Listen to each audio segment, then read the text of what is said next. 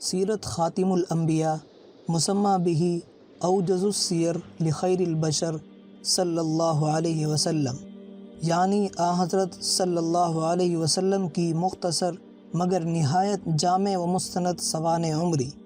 مصنف حضرت مولانا مفتی محمد شفیع صاحب عثمانی رحمۃ اللہ علیہ، سابق مفتی اعظم دارالعلوم دیوبند۔ ربنا تقبل منا انک انت السمیع العلیم۔ بسم اللہ الرحمن الرحیم۔ الحمد للہ وکفی وسلام علی عبادہ الذین اصطفی۔ حضرت صلی اللہ علیہ وسلم کا نسب شریف۔ نبی کریم صلی اللہ علیہ وسلم کا نسب مطہر تمام دنیا سے زیادہ شریف اور پاک ہے، اور یہ وہ بات ہے کہ تمام کفار مکہ اور آپ صلی اللہ علیہ وسلم کے دشمن بھی اس سے انکار نہ کر سکے۔ ابو سفیان رضی اللہ تعالی عنہ نے بحالت کفر شاہ روم کے سامنے اس کا اقرار کیا، حالانکہ وہ اس وقت چاہتے تھے کہ اگر کوئی گنجائش ملے تو آپ صلی اللہ علیہ وسلم پر عیب لگائیں۔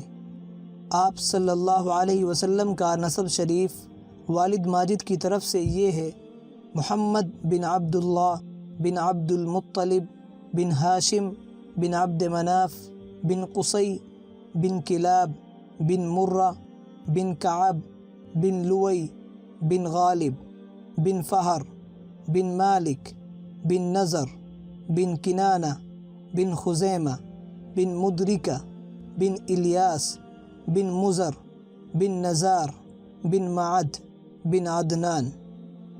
یہاں تک سلسلہ نسب باجماع امت ثابت ہے، اور یہاں سے حضرت آدم علیہ السلام تک اختلاف ہے، اس لیے اس کو ترک کیا جاتا ہے۔ اور والدہ ماجدہ کی طرف سے آپ صلی اللہ علیہ وسلم کا نسب یہ ہے کہ محمد بن آمنہ بنت وہب بن عبد مناف بن زہرہ بن کلاب۔ اس سے معلوم ہوا کہ کلاب بن مرہ میں آپ صلی اللہ علیہ وسلم کے والدین کا نسب جمع ہو جاتا ہے۔ ولادت سے پہلے آپ صلی اللہ علیہ وسلم کی برکات کا ظہور۔ جس طرح آفتاب سے پہلے صبح صادق کی عالمگیر روشنی اور پھر شفق سرخ دنیا کو طلوع آفتاب کی بشارت دیتے ہیں، اسی طرح جب آفتاب نبوت صلی اللہ علیہ وسلم کا طلوع قریب ہوا تو اطراف عالم میں بہت سے ایسے واقعات ظاہر کیے گئے جو آپ صلی اللہ علیہ وسلم کی تشریف آوری کی خبر دیتے تھے، جن کو محدثین و مورخین کی اصطلاح میں ارحاسات کہا جاتا ہے۔ حضرت صلی اللہ علیہ وسلم کی والدہ ماجدہ کا بیان ہے کہ جب آپ صلی اللہ علیہ وسلم ان کے بطن میں بصورت حمل مستقر ہوئے تو انہیں خواب میں بشارت دی گئی کہ وہ بچہ جو تمہارے حمل میں ہے اس امت کا سردار ہے۔ جب وہ پیدا ہو تو تم یوں دعا کرنا: میں ان کو ایک خدا کی پناہ میں دیتی ہوں، اور ان کا نام محمد رکھنا۔ اور فرماتی ہیں کہ آپ صلی اللہ علیہ وسلم کے حمل رہنے کے بعد میں ایک نور دیکھا جس سے شہر بصرہ علاقۂ شام کے محلات ان کے سامنے آ گئے۔ اور فرماتی ہیں کہ میں نے کسی عورت کو کوئی حمل نہیں دیکھا جو آپ صلی اللہ علیہ وسلم سے زیادہ سبک اور سہل ہو، یعنی ایام حمل میں جو متلی یا سستی وغیرہ عموماً عورتوں کو رہتی ہے وہ کچھ پیش نہیں آئی۔ ان کے علاوہ اور بہت سے واقعات رونما ہوئے جن کی اس مختصر رسالے میں گنجائش نہیں۔ حضرت صلی اللہ علیہ وسلم کی ولادت باسعادت۔ اس بات پر جمہور کا اتفاق ہے کہ آپ صلی اللہ علیہ وسلم کی ولادت باسعادت ماہ ربیع الاول میں اس سال ہوئی جس میں اصحاب فیل نے بیت اللہ پر حملہ کیا، اور خداوند عالم نے ان کو ابابیل یعنی چند حقیر جانوروں کی ٹکڑیوں کے ذریعے شکست دی، جس کا اجمالی واقعہ قرآن عزیز میں بھی موجود ہے، اور در حقیقت واقعہ فیل بھی حضرت صلی اللہ علیہ وسلم کی ولادت باسعادت کی برکات کا مقدمہ تھا۔ جائے ولادت وہ مکان ہے جو بعد میں حجاج کے بھائی محمد ابن یوسف کے ہاتھ آیا تھا۔ بعض مورخین نے لکھا ہے کہ واقعہ فیل 20 اپریل 571 عیسوی میں ہوا ہے، جس سے معلوم ہوا کہ حضرت صلی اللہ علیہ وسلم کی پیدائش حضرت عیسیٰ علیہ السلام کی پیدائش سے 571 سال بعد میں ہوئی۔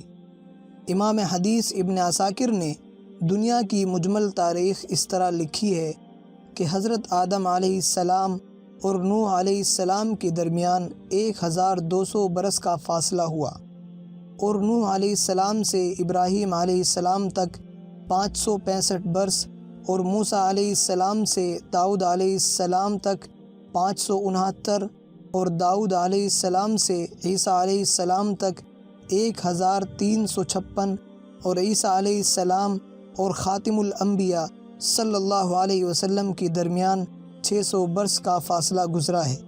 اس حساب سے آدم علیہ السلام سے ہمارے حضرت رسول مقبول صلی اللہ علیہ وسلم تک 5032 سال ہوئے، اور حضرت آدم علیہ السلام کی عمر مشہور قول کے مطابق 40 کم 1000 سال ہوئی۔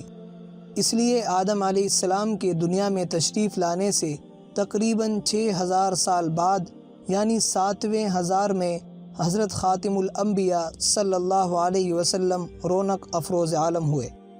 الغرض، جس سال اصحاب فیل کا حملہ ہوا اس کے ماہ ربیع الاول کی 12ویں تاریخ بروز دوشنبہ دنیا کی عمر میں ایک نرالا دن ہے کہ آج پیدائش عالم کا مقصد لیل و نہار کے انقلاب کی اصلی غرض، آدم علیہ السلام اور اولاد آدم علیہ السلام کا فخر، کشتی نوح علیہ السلام کی حفاظت کا راز، ابراہیم علیہ السلام کی دعا، اور موسیٰ علیہ السلام اور عیسیٰ علیہ السلام کی پیشین گوئیوں کا مصداق، یعنی ہمارے آقا نامدار محمد صلی اللہ علیہ وسلم رونق افروز عالم ہوتے ہیں۔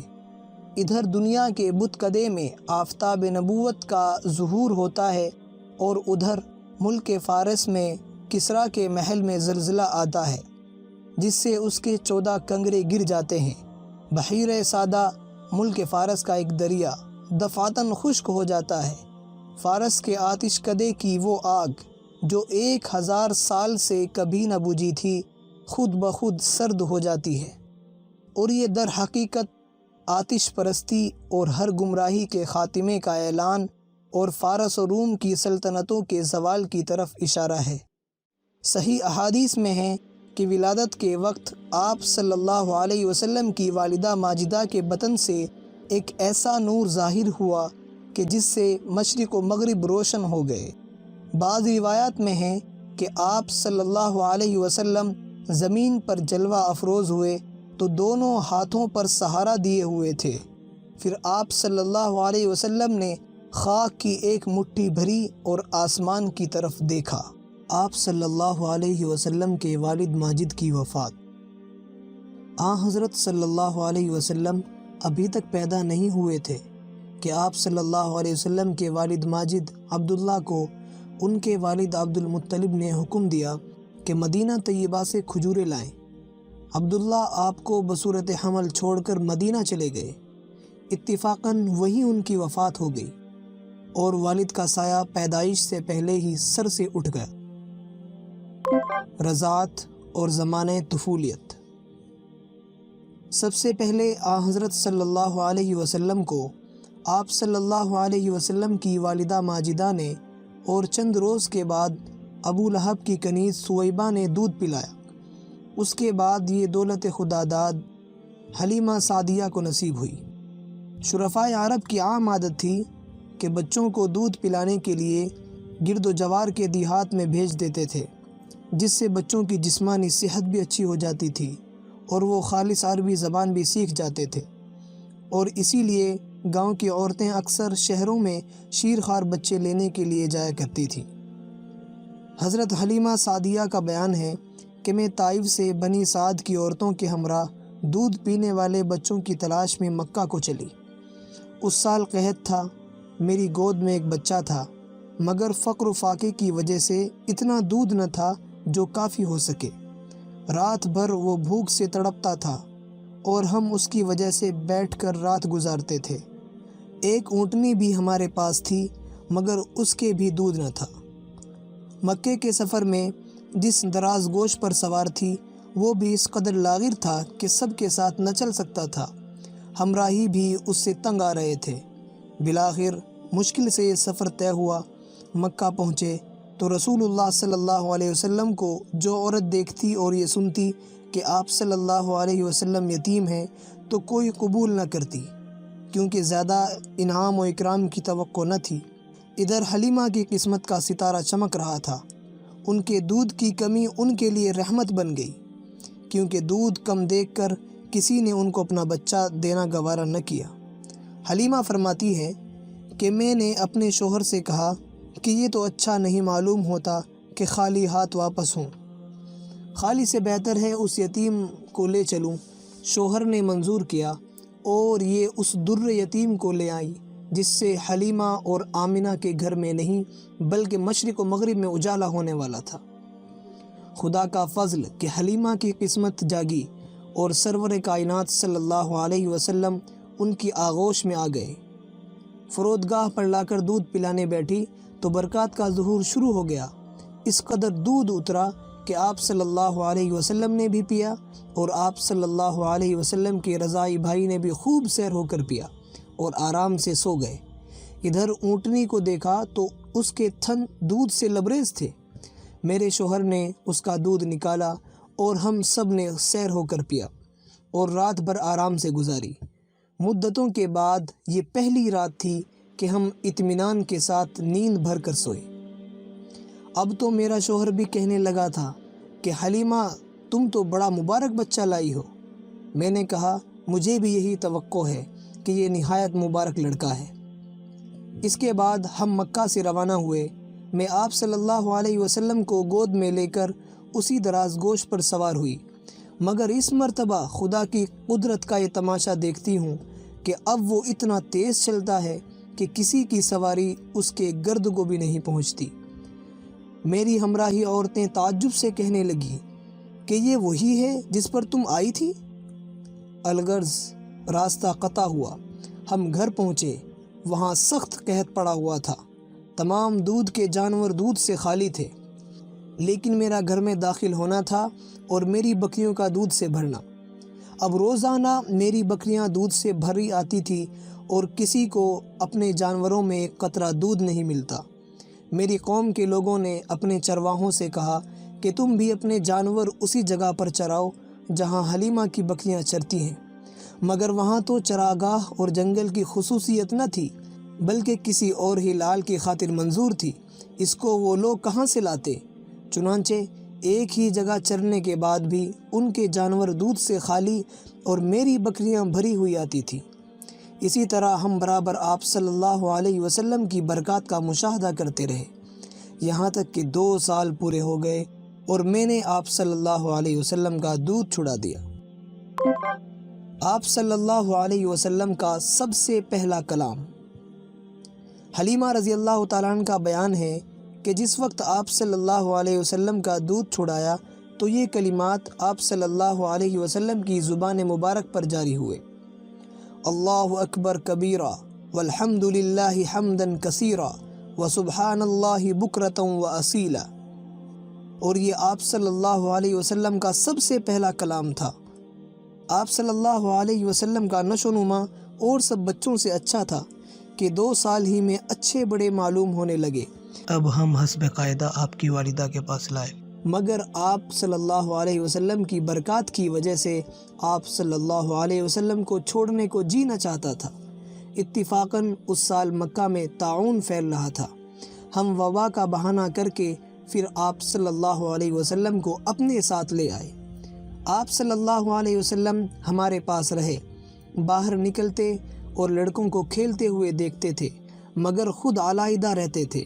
ایک روز مجھ سے فرمانے لگے کہ میرے دوسرے بھائی دن بھر نظر نہیں آتے، وہ کہاں رہتے ہیں؟ میں نے کہا کہ بکریاں چرانے جاتے ہیں۔ آپ صلی اللہ علیہ وسلم نے فرمایا کہ مجھے بھی ان کے ساتھ بھیجا کرو، اور اس کے بعد اپنے رضائی بھائی عبداللہ کے ساتھ جایا کرتے تھے۔ ایک مرتبہ دونوں مواشی میں پھر رہے تھے کہ عبداللہ دوڑتے اور ہانپتے ہوئے گھر پہنچے، اور اپنے باپ سے کہا کہ میرے قریشی بھائی کو 2 سفید کپڑوں والے آدمیوں نے پکڑ کر لٹایا اور شکم چاک کر دیا۔ میں ان کو اسی حال میں چھوڑ کر آیا ہوں۔ ہم دونوں گھبرائے ہوئے جنگل کو دوڑے، دیکھا آپ صلی اللہ علیہ وسلم بیٹھے ہیں مگر رنگ خوف سے متغیر ہے۔ میں نے پوچھا کہ بیٹا کیا بات ہے؟ فرمایا کہ 2 شخص سفید کپڑے پہنے ہوئے آئے اور مجھ کو پکڑ لیا اور پیٹ چاک کر کے اس میں سے کچھ ڈھونڈ کر نکالا، معلوم نہیں کیا تھا۔ ہم آپ صلی اللہ علیہ وسلم کو گھر لائے۔ اس کے بعد میں آپ صلی اللہ علیہ وسلم کو ایک کاہن کے پاس لے گئی۔ وہ آپ صلی اللہ علیہ وسلم کو دیکھتے ہی فوراً اپنی جگہ سے اٹھا اور آپ صلی اللہ علیہ وسلم کو اپنے سینے پر اٹھا لیا اور چلانا شروع کیا، اے آل عرب دوڑو، جو بلا عن قریب تم پر پہنچنے والی تھی اس کو دفع کرو، جس کی صورت یہ ہے کہ اس لڑکے کو قتل کر دو اور مجھے بھی اس لڑکے کے ساتھ قتل کر دو، اور اگر تم نے اسے چھوڑ دیا تو یاد رکھو کہ یہ تمہارے دین کو مٹا دے گا اور ایسے مذہب کی طرف تم کو دعوت دے گا جو تم نے ابھی تک کبھی نہیں سنا۔ حلیمہ یہ سن کر جھنجھلا اٹھی اور آپ صلی اللہ علیہ وسلم کو اس بدبخت کے ہاتھ سے کھینچ لیا اور کہا کہ تو دیوانہ ہو گیا ہے، تجھے خود اپنے دماغ کا علاج کرانا چاہیے۔ حلیمہ آپ صلی اللہ علیہ وسلم کو لے کر گھر آ گئیں، لیکن دوسرے واقعے نے ان کو اس پر آمادہ کر دیا کہ آپ صلی اللہ علیہ وسلم کو آپ کی والدہ ماجدہ کے سپرد کر دیں، کیونکہ کما حقہ تحفظ نہیں کر سکتی تھی۔ جب مکہ پہنچ کر آپ صلی اللہ علیہ وسلم کو آپ کی والدہ شریفہ کے سپرد کیا تو انہوں نے حلیمہ سے پوچھا کہ باوجود خواہش کر کے واپس لے جانے کے اس قدر جلد واپس لے آنے کی کیا وجہ ہے؟ اصرار کے بعد حلیمہ کو تمام واقعہ عرض کرنا پڑا۔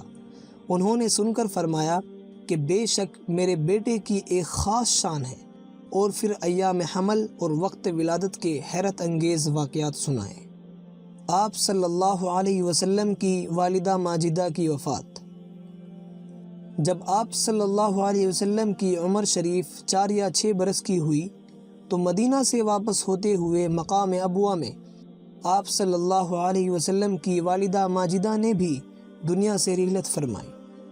بچپن کا زمانہ، 6 سال کی عمر ہے، والد کا سایہ تو پہلے ہی اٹھ چکا تھا، والدہ کی آغوش شفقت کا بھی خاتمہ ہوا، لیکن یہ یتیم جس آغوش رحمت میں پرورش پانے والا ہے وہ ان سب اسباب سے بے نیاز ہے۔ عبد المطلب کی وفات۔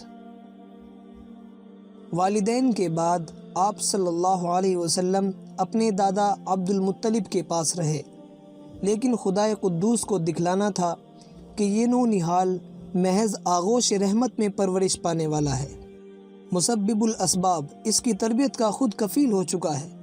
جب آپ صلی اللہ علیہ وسلم کی عمر 8 برس 2 مہینے 10 دن کی ہوئی تو عبد المطلب بھی دنیا سے رحلت فرما گئے۔ آپ صلی اللہ علیہ وسلم کا سفر شام۔ اس کے بعد آپ صلی اللہ علیہ وسلم کے حقیقی چچا ابو طالب آپ کے ولی ہوئے اور آپ صلی اللہ علیہ وسلم ان کے پاس رہے، یہاں تک کہ آپ کی عمر شریف 12 برس 2 مہینے 10 دن کی ہوئی تو ابو طالب نے تجارت کے لیے ملک شام کے سفر کا ارادہ کیا۔ حضرت صلی اللہ علیہ وسلم کو ساتھ لے کر شام کی طرف روانہ ہوئے، راستے میں مقام تیمہ میں اقامت فرمائی۔ آپ صلی اللہ علیہ وسلم کے متعلق یہود کے ایک بڑے عالم کی پیشین گوئی۔ آپ صلی اللہ علیہ وسلم مقام تیمہ میں مقیم تھے کہ اتفاقاً یہود کے ایک بڑے عالم جن کو بحیرہ راہب کہا جاتا تھا آپ صلی اللہ علیہ وسلم کے پاس سے گزرے۔ آپ کو دیکھ کر ابو طالب سے خطاب کیا کہ یہ لڑکا جو آپ کے ساتھ ہے کون ہے؟ ابو طالب نے جواب دیا کہ یہ میرا بھتیجا ہے۔ بحیرہ نے کہا کہ کیا آپ اس پر مہربان ہیں اور اس کی حفاظت کرنا چاہتے ہیں؟ ابو طالب نے کہا کہ بے شک۔ یہ سن کر بحیرہ راہب نے خدا کی قسم کھائی اور کہا کہ اگر تم اس کو شام لے گئے تو اس کو یہود قتل کر ڈالیں گے، کیونکہ یہ خدا کا نبی ہے جو یہود کے دین کو منسوخ کرے گا، میں اس کی صفات اپنی آسمانی کتاب میں پاتا ہوں۔ بحیرہ راہب چونکہ توریت کا عالم تھا اور توریت میں حضرت صلی اللہ علیہ وسلم کا پورا حلیہ مذکور تھا، اس لیے اس نے دیکھ کر آپ صلی اللہ علیہ وسلم کو پہچان لیا کہ یہ وہی خاتم الانبیاء ہے جو توریت کو منسوخ اور احبار یہود کی حکومت کا خاتمہ کریں گے۔ ابو طالب کو بحیرہ کے کہنے سے خطرہ پیدا ہوا اور حضرت صلی اللہ علیہ وسلم کو مکہ معظمہ واپس کر دیا۔ دوبارہ سفر شام بغرض تجارت۔ مکہ معظمہ میں خدیجہ رضی اللہ تعالی عنہ اس وقت ایک مالدار عورت تھی اور ساتھ ہی نہایت عقل مند اور تجربے کار۔ جن غریب لوگوں کو ہوشیار اور معتبر سمجھتی ان کو اپنا مال سپرد کر دیتی کہ فلاں جگہ جا کر فروخت کراؤ، اس قدر تم کو بھی دے دیا جائے گا۔ رسول اللہ صلی اللہ علیہ وسلم کی نبوت کا اگرچہ اس وقت تک ظہور نہ ہوا تھا، لیکن آپ صلی اللہ علیہ وسلم کی دیانت و امانت کا تمام مکے والوں میں شہرہ تھا اور ہر ایک کو آپ صلی اللہ علیہ وسلم کے برگزیدہ اور پاک اخلاق کا اعتبار تھا۔ آپ صلی اللہ علیہ وسلم امین کے لقب سے مشہور تھے۔ یہ شہرت اور بزرگی خدیجہ رضی اللہ تعالی عنہ پر پوشیدہ نہ تھی، اس لیے انہوں نے چاہا کہ اپنی تجارت کو آپ صلی اللہ علیہ وسلم کے سپرد کر کے آپ صلی اللہ علیہ وسلم کی دیانت داری سے نفع اٹھائیں۔ رسول اللہ صلی اللہ علیہ وسلم سے کہلا بھیجا کہ اگر آپ ہماری تجارت کا مال شام کو لے جائیں تو ہم اپنا ایک غلام آپ کی خدمت کے لیے ہمراہ کر دیں اور دوسرے لوگوں کو نفع میں سے جو حصہ دیا جاتا ہے اس سے زیادہ آپ صلی اللہ علیہ وسلم کی خدمت کریں۔ آپ صلی اللہ علیہ وسلم کی ذات مبارک چونکہ ایک بلند ہمت اور وسیع الخیال ہستی واقع ہوئی تھی، فوراً اس بعید سفر کے لیے تیار ہو گئے اور خدیجہ رضی اللہ تعالی عنہ کے غلام میسرہ کو ساتھ لے کر 16 ذی الحجہ کو شام کی طرف روانہ ہوئے اور وہاں اس مال کو نہایت عقل مندی سے بہت زیادہ نفع کے ساتھ فروخت کر دیا اور شام سے دوسرا مال خرید کر واپس ہوئے۔ مکہ معظمہ میں لا کر خدیجہ رضی اللہ تعالی عنہ کو مال سپرد کر دیا۔ اس کو خدیجہ رضی اللہ تعالی عنہ نے یہاں بیچا تو 2 چند کے قریب نفع ہوا۔ شام کے راستے میں جب آپ صلی اللہ علیہ وسلم ایک مقام پر ٹھہرے ہوئے تھے، ایک راہب نستور نامی نے آپ کو دیکھا اور نبی آخر الزماں کی جو علامتیں پہلی کتابوں میں لکھی دیکھی تھیں آپ صلی اللہ علیہ وسلم میں دیکھ کر پہچان گیا۔ راہب میسرہ کو جانتا تھا، اس سے پوچھا کہ تیرے ساتھ یہ کون شخص ہے؟ اس نے کہا کہ مکہ معظمہ کے رہنے والے قریش میں کے ایک شریف جوان ہیں۔ اس نے کہا کہ یہ نبی ہوں گے۔ حضرت خدیجہ رضی اللہ تعالی عنہ سے نکاح۔ خدیجہ رضی اللہ تعالی عنہ ایک عقل مند فہمیدہ عورت تھی۔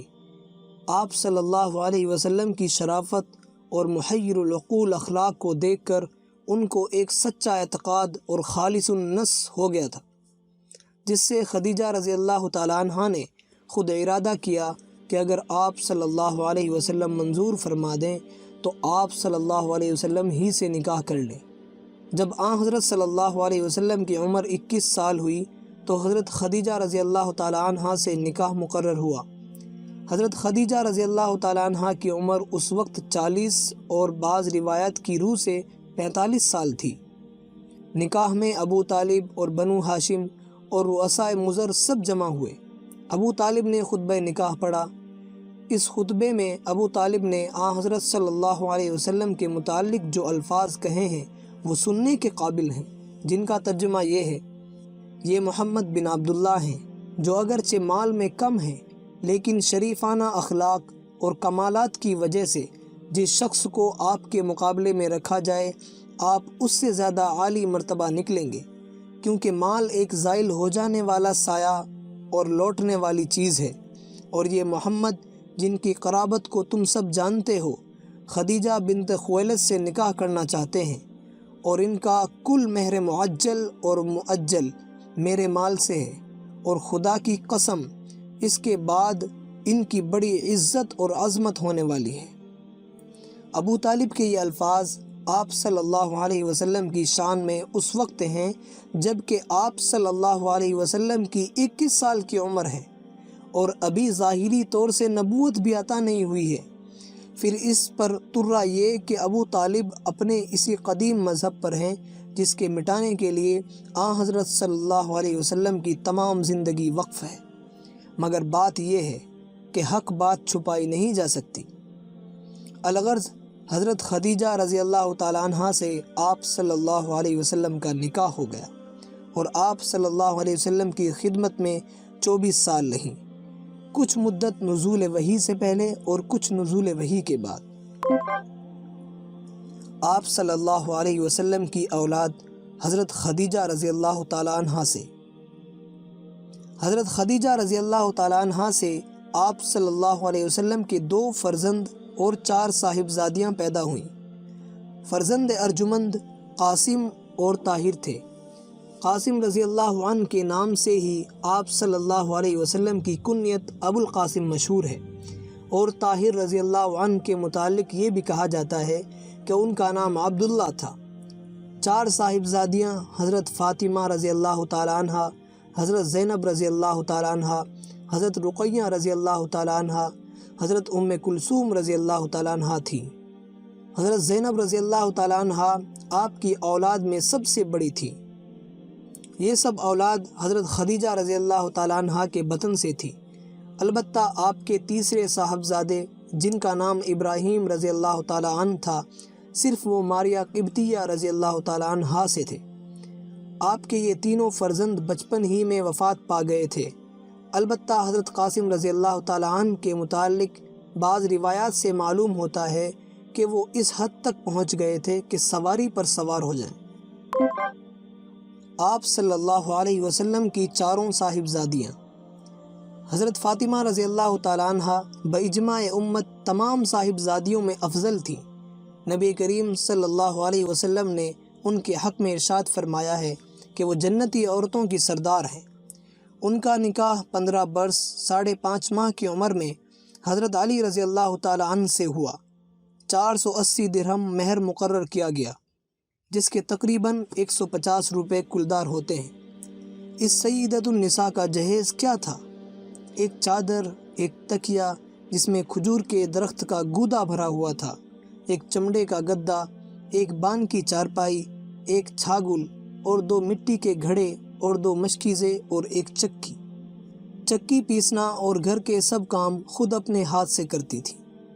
دونوں جہاں کے سردار کی سب سے زیادہ لاڈلی صاحبزادی کا نکاح اور جہیز اور مہر یہ ہے، اور ان کی فقیرانہ زندگی کا نقشہ یہ ہے۔ کیا اس کو دیکھ کر بھی عورتیں نہ شرمائیں گی جو بیاہ شادی کی رسموں میں اپنے دین اور دنیا کو تباہ و برباد کر دیتی ہیں؟ اس میں خداوند تعالیٰ کی کوئی بڑی حکمت تھی کہ رسول اللہ صلی اللہ علیہ وسلم کی پسری اولاد زندہ نہ رہی۔ صرف دختری اولاد سے آپ صلی اللہ علیہ وسلم کی نسل دنیا میں پھیلی، لیکن بیٹیوں میں صرف حضرت فاطمہ رضی اللہ تعالیٰ عنہ کی اولاد باقی رہی۔ دوسری صاحبزادیوں میں بعض کے اولاد ہی نہیں ہوئی، بعض کی زندہ نہیں رہی۔ حضرت زینب رضی اللہ تعالیٰ عنہ کا نکاح ابو العاص ابن الربیع سے ہوا۔ ان سے ایک لڑکا پیدا ہوا جو تھوڑی عمر میں انتقال کر گیا، اور ایک لڑکی امامہ پیدا ہوئی جن سے حضرت علی رضی اللہ تعالیٰ عنہ نے حضرت فاطمہ رضی اللہ تعالیٰ عنہ کے بعد نکاح کیا، لیکن ان سے کوئی اولاد نہیں ہوئی۔ حضرت رقیہ رضی اللہ تعالیٰ عنہ حضرت عثمان رضی اللہ تعالیٰ عنہ کے نکاح میں آئی اور ہجرت حبشہ میں آپ کے ساتھ رہیں۔ 2 ہجری میں غزوہ بدر سے واپسی کے وقت لا اولاد دنیا سے رخصت ہو گئی۔ اس کے بعد سن 3 ہجری میں ان کی دوسری بہن حضرت کلثوم رضی اللہ تعالیٰ عنہ کا نکاح بھی رسول اللہ صلی اللہ علیہ وسلم نے انہی سے کر دیا، اور اسی وجہ سے حضرت عثمان رضی اللہ تعالیٰ عنہ کا لقب ذی النورین ہوا۔ سن 9 ہجری میں ان کا بھی انتقال ہو گیا۔ اس وقت حضرت صلی اللہ علیہ وسلم نے ارشاد فرمایا کہ اگر میرے پاس کوئی تیسری لڑکی اور ہوتی تو اس کو بھی ان کے نکاح میں دے دیتا۔ عورتیں یاد رکھیں، سیرت کی معتبر کتابوں میں ہے کہ ایک مرتبہ حضرت رقیہ رضی اللہ تعالیٰ عنہ حضرت عثمان رضی اللہ تعالیٰ عنہ سے ناراض ہو کر حضرت صلی اللہ علیہ وسلم سے شکایت کرنے آئی۔ آپ صلی اللہ علیہ وسلم نے فرمایا، مجھے پسند نہیں کہ عورتیں اپنے خاوند کی شکایت کیا کریں، جاؤ اپنے گھر بیٹھو۔ یہ ہے لڑکیوں کی وہ تعلیم جس سے ان کی حیات دنیا اور آخرت دونوں درست ہو سکتی ہیں۔ باقی ازواج مطہرات، حضور انور صلی اللہ علیہ وسلم نے حضرت خدیجہ رضی اللہ تعالیٰ عنہ کی حیات میں کسی اور عورت سے نکاح نہیں کیا۔ ہجرت سے 3 سال پہلے جب ان کی وفات ہو گئی اور آپ کی عمر 49 برس میں پہنچی تو اور خواتین بھی آپ کے نکاح میں آئیں، جن کے اسماء گرامی یہ ہیں: سودا بنت زمعہ رضی اللہ تعالی عنہا، عائشہ رضی اللہ عنہا، حفصہ رضی اللہ عنہا، زینب بنت خزیمہ رضی اللہ عنہا، سلمہ رضی اللہ عنہا، زینب بنت جہش رضی اللہ عنہا، جویریہ رضی اللہ عنہا، حبیبہ رضی اللہ عنہا، صفیہ رضی اللہ عنہا، میمونہ رضی اللہ عنہا۔ یہ 11 ہیں، جن میں سے 2 سامنے وفات پا گئیں اور 9 آپ کی وفات کے وقت زندہ تھیں، اور یہ باجماع امت صرف حضرت صلی اللہ علیہ وسلم کی خصوصیت تھی۔ امت کے لیے 4 سے زائد عورتیں ایک وقت میں بصورت نکاح جمع کرنا جائز نہیں، اور اس خصوصیت کی بعض وجوہ آگے آتی ہیں۔ حضرت سودا رضی اللہ عنہا، حضرت سودا رضی اللہ عنہا پہلے سکران بن عامر کے نکاح میں تھی، اس کے بعد حضرت صلی اللہ علیہ وسلم کے نکاح میں آئی۔ حضرت عائشہ رضی اللہ عنہا، حضرت عائشہ صدیقہ رضی اللہ عنہا جو حضرت ابو بکر صدیق رضی اللہ عنہ کی صاحبزادی ہیں، 6 برس کی عمر میں تھی جب کہ آپ سے ان کا نکاح ہوا، اور ہجرت کے سال 9 برس کی عمر میں رخصت ہوئی، اور جب حضرت صلی اللہ علیہ وسلم کی وفات ہوئی تو آپ کی عمر صرف 18 سال کی تھی۔ نبی کریم صلی اللہ علیہ وسلم کی 9 سالہ مصاحبت سے آپ پر کیا رنگ چڑھا اور کیا حاصل ہوا، اس کا حال اس سے معلوم ہو سکتا ہے کہ بڑے بڑے صحابہ فرمایا کرتے تھے کہ ہمیں جب کسی مسئلے میں شک ہوتا تھا تو صدیقہ عائشہ رضی اللہ عنہا کے پاس اس کا علم پاتے تھے۔ یہی وجہ ہے کہ بڑے بڑے اجلہ صحابہ آپ کے شاگرد ہیں۔ حضرت حفصہ رضی اللہ عنہا، حضرت حفصہ رضی اللہ عنہا حضرت عمر رضی اللہ عنہ کی صاحبزادی تھی، پہلے انیس بن حذافہ کے نکاح میں تھی، ان کے بعد ہجرت سے 2 یا 3 برس آپ صلی اللہ علیہ وسلم سے نکاح ہوا۔ حضرت زینب خزیمہ ہلالیہ رضی اللہ عنہا، حضرت زینب خزیمہ ہلالیہ رضی اللہ عنہا المساکین کے نام سے مشہور ہیں، پہلے طفیل بن حارث کے نکاح میں تھی، اس نے طلاق دے دی، پھر اس کے بھائی عبیدہ سے نکاح ہو گیا۔ جب یہ بھی غزوہ بدر میں شہید ہو گئے تو 3 ہجری میں غزوہ احد سے 1 ماہ پہلے حضرت صلی اللہ علیہ وسلم کے نکاح میں آئیں، اور صرف 2 ماہ نکاح میں رہ کر وفات پا گئیں۔ حضرت حبیبہ رضی اللہ عنہا، حضرت حبیبہ رضی اللہ عنہا ابو سفیان کی بیٹی ہیں، پہلے عبید اللہ بن جہش کے نکاح میں تھی، ان سے اولاد بھی ہوئی۔ یہ دونوں مسلمان ہو کر حبشہ کی طرف ہجرت کر گئے تھے، وہاں پہنچ کر عبید اللہ بن جہش نصرانی ہو گیا، اور حبیبہ رضی اللہ عنہا اپنے ایمان پر قائم رہیں۔ اس وقت رسول اللہ صلی اللہ علیہ وسلم نے نجاشی شاہ حبشہ کو خط لکھا کہ حبیبہ رضی اللہ عنہا کو حضرت صلی اللہ علیہ وسلم کی طرف سے پیغام نکاح دیں۔ چنانچہ نجاشی نے پیغام دیا اور خود ہی نکاح کا کفیل ہوا، اور 400 دینار مہر بھی خود ہی ادا کر دیے۔ حضرت سلمہ رضی اللہ عنہا، حضرت سلمہ رضی اللہ عنہا کا نام ہندہ ہے، پہلے ابو سلمہ کے نکاح میں تھی، جن سے اولاد بھی ہوئی۔ جمادی الثانی 4 ہجری میں اور بعض روایات کے مطابق 3 ہجری میں آپ کے نکاح میں آئی۔ کہا جاتا ہے کہ حضرت سلمہ رضی اللہ عنہا نے تمام ازواج مطہرات کے بعد انتقال فرمایا ہے۔ حضرت زینب بنت جہش رضی اللہ عنہا، حضرت زینب بنت جہش رضی اللہ عنہا حضرت صلی اللہ علیہ وسلم کی پھوپھی کی بیٹی ہیں۔ آپ صلی اللہ علیہ وسلم نے ان کا نکاح زید بن حارثہ سے کرنا چاہا تھا، جن کو آپ صلی اللہ علیہ وسلم نے آزاد کر کے اپنا متبنہ بنا رکھا تھا، مگر چونکہ حضرت زید رضی اللہ عنہ پر غلامی کا نام آ چکا تھا، اس لیے حضرت زینب رضی اللہ عنہا اس عقد کو پسند نہ کرتی تھی، مگر بالآخر حضور صلی اللہ علیہ وسلم کی تعمیل ارشاد کے لیے راضی ہو گئی۔ 1 سال کے قریب تک حضرت زید رضی اللہ عنہ کے نکاح میں رہیں، مگر چونکہ طبعی موافقت نہ تھی، ہمیشہ رنجی رہا کرتی تھی، یہاں تک کہ حضرت زید رضی اللہ عنہ نے حضور صلی اللہ علیہ وسلم کی خدمت میں حاضر ہو کر طلاق کا ارادہ ظاہر کیا۔ آپ صلی اللہ علیہ وسلم نے ان کو سمجھا کر طلاق سے روکا، لیکن پھر جب کسی طرح موافقت نہ آئی تو حضرت زید رضی اللہ عنہ نے مجبور ہو کر طلاق دے دی۔ جب وہ آزاد ہو گئیں تو آپ صلی اللہ علیہ وسلم نے ان کی تسلی اور دلجوئی کے لیے ان سے نکاح کرنا چاہا، لیکن اس وقت تک عرب کے خیال میں متبنہ کو اصلی بیٹے کے برابر سمجھا جاتا تھا، اس لیے عام لوگوں کے خیال سے آپ صلی اللہ علیہ وسلم اس نکاح سے رکتے تھے کہ لوگ کہیں گے کہ بیٹے کی بیوی سے نکاح کر لیا، لیکن چونکہ یہ محض جاہلیت کی رسم تھی، اس کا مٹانا اسلام کا فرض تھا، اس لیے آیت نازل ہوئی کہ آپ لوگوں سے ڈرتے ہیں، حالانکہ ڈرنا اللہ ہی سے چاہیے۔ غرض 4 ہجری میں اور بعض روایت کے موافق 3 ہجری میں خداوند عالم کے حکم سے حضور اکرم صلی اللہ علیہ وسلم نے خود ان سے نکاح کر لیا، تاکہ لوگوں کو معلوم ہو جائے کہ لے پالک یعنی متبنہ اصلی بیٹے کا حکم نہیں رکھتا، اس کی بیوی بعد قطع تعلق کے حرام نہیں ہوتی، اور جن لوگوں نے خدا کے اس حلال کو عقیدتاً یا عملاً حرام کر رکھا ہے وہ آئندہ اس غلطی سے نکل جائیں اور جاہلیت کی یہ رسم ٹوٹ جائے۔ لیکن اس دیرینہ رسم کا ٹوٹنا جب ہی ممکن تھا کہ آن حضرت صلی اللہ علیہ وسلم خود عملاً اس کا نفاذ کریں۔ حضرت زینب رضی اللہ عنہا کے اس نکاح کے متعلق ہم نے جو کچھ لکھا ہے نہایت صحیح روایات حدیث سے لکھا ہے، جن کو صحیح بخاری کی شرح میں حافظ حدیث علامہ ابن حجر نے نقل کیا ہے، دیکھو فتح الباری تفسیر سورہ احزاب۔ اس کے علاوہ جو لغو روایات مشہور کی گئی ہیں وہ سب منافقین اور کفار کی گھڑی ہوئی ہیں، جن کو بعض مسلمان مورخین نے بھی بلا تنقید کر دیا ہے، وہ محض جھوٹ اور افتراء ہے۔ حضرت صفیہ بنت حی رضی اللہ عنہ حضرت صفیہ بنت حی رضی اللہ عنہ حضرت ہارون علیہ السلام کی اولاد سے ہیں۔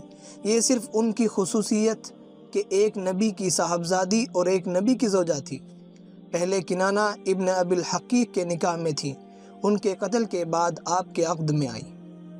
حضرت جویریہ بنت حارث خزاعیہ رضی اللہ عنہ حضرت جویریہ بنت حارث خزاعیہ رضی اللہ عنہ بنی المستلق کے سردار حارث کی بیٹی ہیں، جنگ میں گرفتار ہو کر آئی تھیں، پھر آپ کے نکاح میں آئی اور اس کی بدولت ان کا تمام قبیلہ آزاد ہو گیا اور ان کے باپ مسلمان ہو گئے۔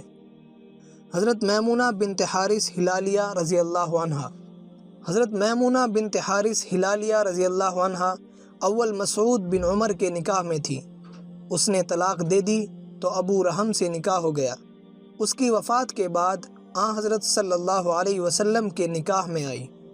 یہ آپ صلی اللہ علیہ وسلم کی ازواج میں سے ہیں، ان کے بعد آپ صلی اللہ علیہ وسلم نے کوئی نکاح نہیں کیا۔ ان کے علاوہ اور بھی بعض خواتین سے نکاح ہوا، مگر ان کو شرف صحبت حاصل نہیں ہو سکا، بلکہ قبل از رخصت ہی بعض وجوہ سے علیحدگی ہو گئی، جس کی تفصیل سیرت کی بڑی کتابوں میں مذکور ہے۔ تعداد ازواج کے متعلق ضروری تنبیہ۔ ایک مرد کے لیے متعدد بیویاں رکھنا اسلام سے پہلے بھی تقریباً دنیا کے تمام مذاہب میں جائز سمجھا جاتا تھا۔ عرب، ہندوستان، ایران، مصر، یونان، بابل، آسٹریا وغیرہ ممالک کی ہر قوم میں کثرت ازدواج کی رسم جاری تھی، اور اس کی فطری ضرورتوں سے آج بھی کوئی انکار نہیں کر سکتا۔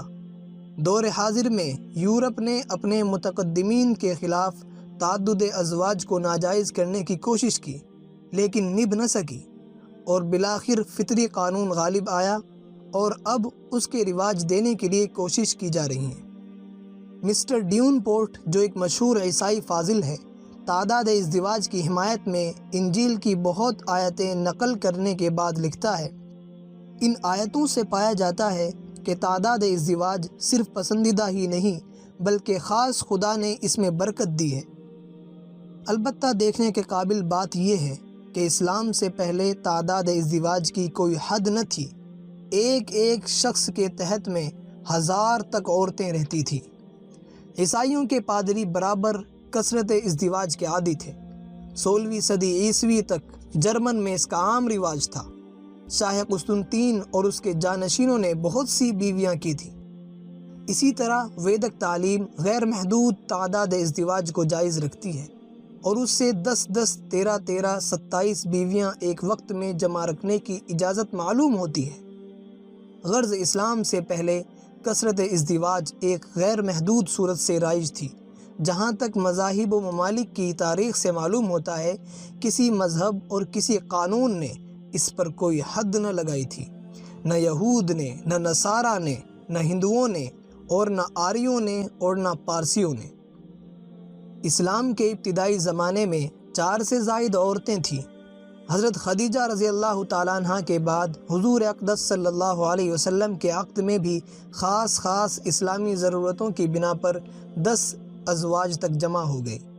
پھر جب اس کثرت ازدواج سے عورتوں کی حق تلفی ہونے لگی، لوگ اول تو حرص میں بہت سے نکاح کر لیتے تھے، مگر پھر ان سب کے حقوق ادا نہ کر سکتے تھے۔ قرآن عزیز کا ابدی قانون جو دنیا سے ظلم و ستم مٹانے کے لیے ہی نازل ہوا ہے، اس نے فطری ضرورتوں کا لحاظ رکھتے ہوئے تعداد ازدواج کو بالکل منع تو نہ کیا، لیکن اس کی خرابیوں کی اصلاح ایک تحدید کے ذریعے سے کر دی، اور یہ ارشاد خداوندی نازل ہوا کہ اب صرف 4 عورتوں تک نکاح کر سکتے ہیں، اور وہ بھی اس شرط پر کہ تم چاروں کے حقوق برابر ادا کر سکو، اور اگر اتنی ہمت نہ ہو تو پھر ایک سے زیادہ رکھنا ظلم ہے۔ اس ارشاد کے بعد باجماع امت 4 سے زائد بیویوں کا نکاح میں جمع رکھنا حرام ہو گیا۔ جن صحابہ کے نکاح میں 4 سے زائد عورتیں تھیں، انہوں نے 4 کو رکھ کر باقی کو طلاق دے دی۔ حدیث میں ہے کہ حضرت غیلان رضی اللہ عنہ مسلمان ہوئے تو ان کے نکاح میں 10 عورتیں تھیں۔ رسول اللہ صلی اللہ علیہ وسلم نے ان کو حکم فرمایا کہ 4 رکھ کر باقی کو طلاق دے دیں۔ اسی طرح نوفل بن معاویہ رضی اللہ عنہ اسلام لائے تو ان کے نکاح میں 5 عورتیں تھیں۔ آپ نے ایک کو طلاق دینے کا حکم فرمایا۔ حضرت صلی اللہ علیہ وسلم کی ازواج مطہرات بھی اس عام قانون کی روح سے 4 سے زائد نہ رہنی چاہیے تھیں، لیکن یہ بھی ظاہر ہے کہ امہات المؤمنین دوسری عورتوں کی طرح نہیں۔ خود قرآن کریم کا ارشاد ہے، یا نساء النبی لستن کاحد من النساء، اے نبی کی عورتوں تم نہیں ہو جیسی ہر کوئی عورتیں۔ وہ تمام امت کی مائیں ہیں۔ حضرت صلی اللہ علیہ وسلم کے بعد وہ کسی کے نکاح میں نہیں آ سکتی۔ اب اگر عام قانون کے ماتحت 4 کے سوا باقی ازواج مطہرات کو طلاق دے کر علیحدہ کر دیا جاتا تو ان پر کتنا ظلم ہوتا کہ وہ اب عمر بھر کے لیے معطل ہو جاتی، اور رحمت للعالمین کی چند روزہ صحبت ان کے لیے ایک عذاب ہو جاتی کہ ادھر تو فخر دو عالم صلی اللہ علیہ وسلم کی صحبت چھوٹتی ہے، اور ادھر ان کے لیے اس کی بھی اجازت نہیں ملتی کہ کسی اور جگہ پر اپنا غم غلط کر سکے۔ اس لیے کسی طرح مناسب نہ تھا کہ ازواج مطہرات اس عام قانون کے ماتحت آئیں، خصوصاً وہ خواتین جن کا نکاح اس لیے عمل میں آیا تھا کہ ان کے خاوند جہاد میں شہید ہو گئے اور وہ بے سر و سامان رہ گئی۔ آپ نے ان کی دلداری کے لیے نکاح کر لیا۔ اب اگر ان کو طلاق دی جاتی تو ان پر کیا گزرتی؟ یہ اچھی دلداری ہوتی کہ وہ اب تمام عمر نکاح سے محروم کر دی جاتی۔ اس لیے بحکم خداوندی 4 سے زائد بیویوں کا رکھنا صرف حضرت صلی اللہ علیہ وسلم کی خصوصیت ٹھہری۔ نیز آپ کی خانگی زندگی کے حالات جو امت کے لیے تمام دین و دنیا کے معاملات میں دستور العمل ہیں، ہم تک صرف ازواج مطہرات ہی کے ذریعے سے پہنچ سکتے ہیں، اور یہ ایک ایسا مقصد ہے کہ اس کے لیے 9 خواتین بھی کم ہیں۔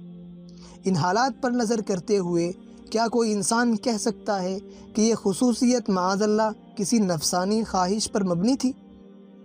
اس کے ساتھ یہ بھی دیکھنے کے قابل ہے کہ جس وقت سارا عرب و عجم آپ صلی اللہ علیہ وسلم کی مخالفت کے لیے کھڑا ہوا، قتل کے منصوبے گانٹھے، طرح طرح کے عیب لگائے، بہتان باندھے، خدا کی پناہ مجنوں کہا، کذاب بتلایا، غرض اس آفتاب عالمتاب پر خاک ڈالنے کے لیے ایڑی چوٹی کا زور مار کر خود خاک آلودہ ہو گئے۔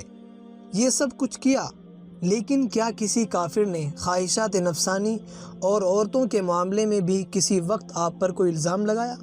نہیں، اور ہرگز نہیں۔ یہاں افتراء کے بھی پاؤں نہ ہوئے، ورنہ کسی نیک نام کو بدنام کرنے کے لیے اس سے بڑھ کر کوئی حربہ نہیں ہو سکتا۔ اگر ذرا انگلی رکھنے کی جگہ ہوتی تو کفار عرب جو گھر کے بھیدی تھے سب سے زیادہ بڑھا چڑھا کر اس کو عیب میں شمار کرتے، لیکن وہ اتنے بے وقوف نہ تھے کہ مشاہدات کا انکار کر کے اپنی بات کا اعتبار کھو دیتے، کیونکہ تقوی مجسم صلی اللہ علیہ وسلم کی حیات طیبہ لوگوں کے سامنے تھی، جس میں وہ دیکھ رہے تھے کہ آپ کے زمانے شباب کا بڑا حصہ تو محض تجرد اور خلوت گزینی میں گزرا۔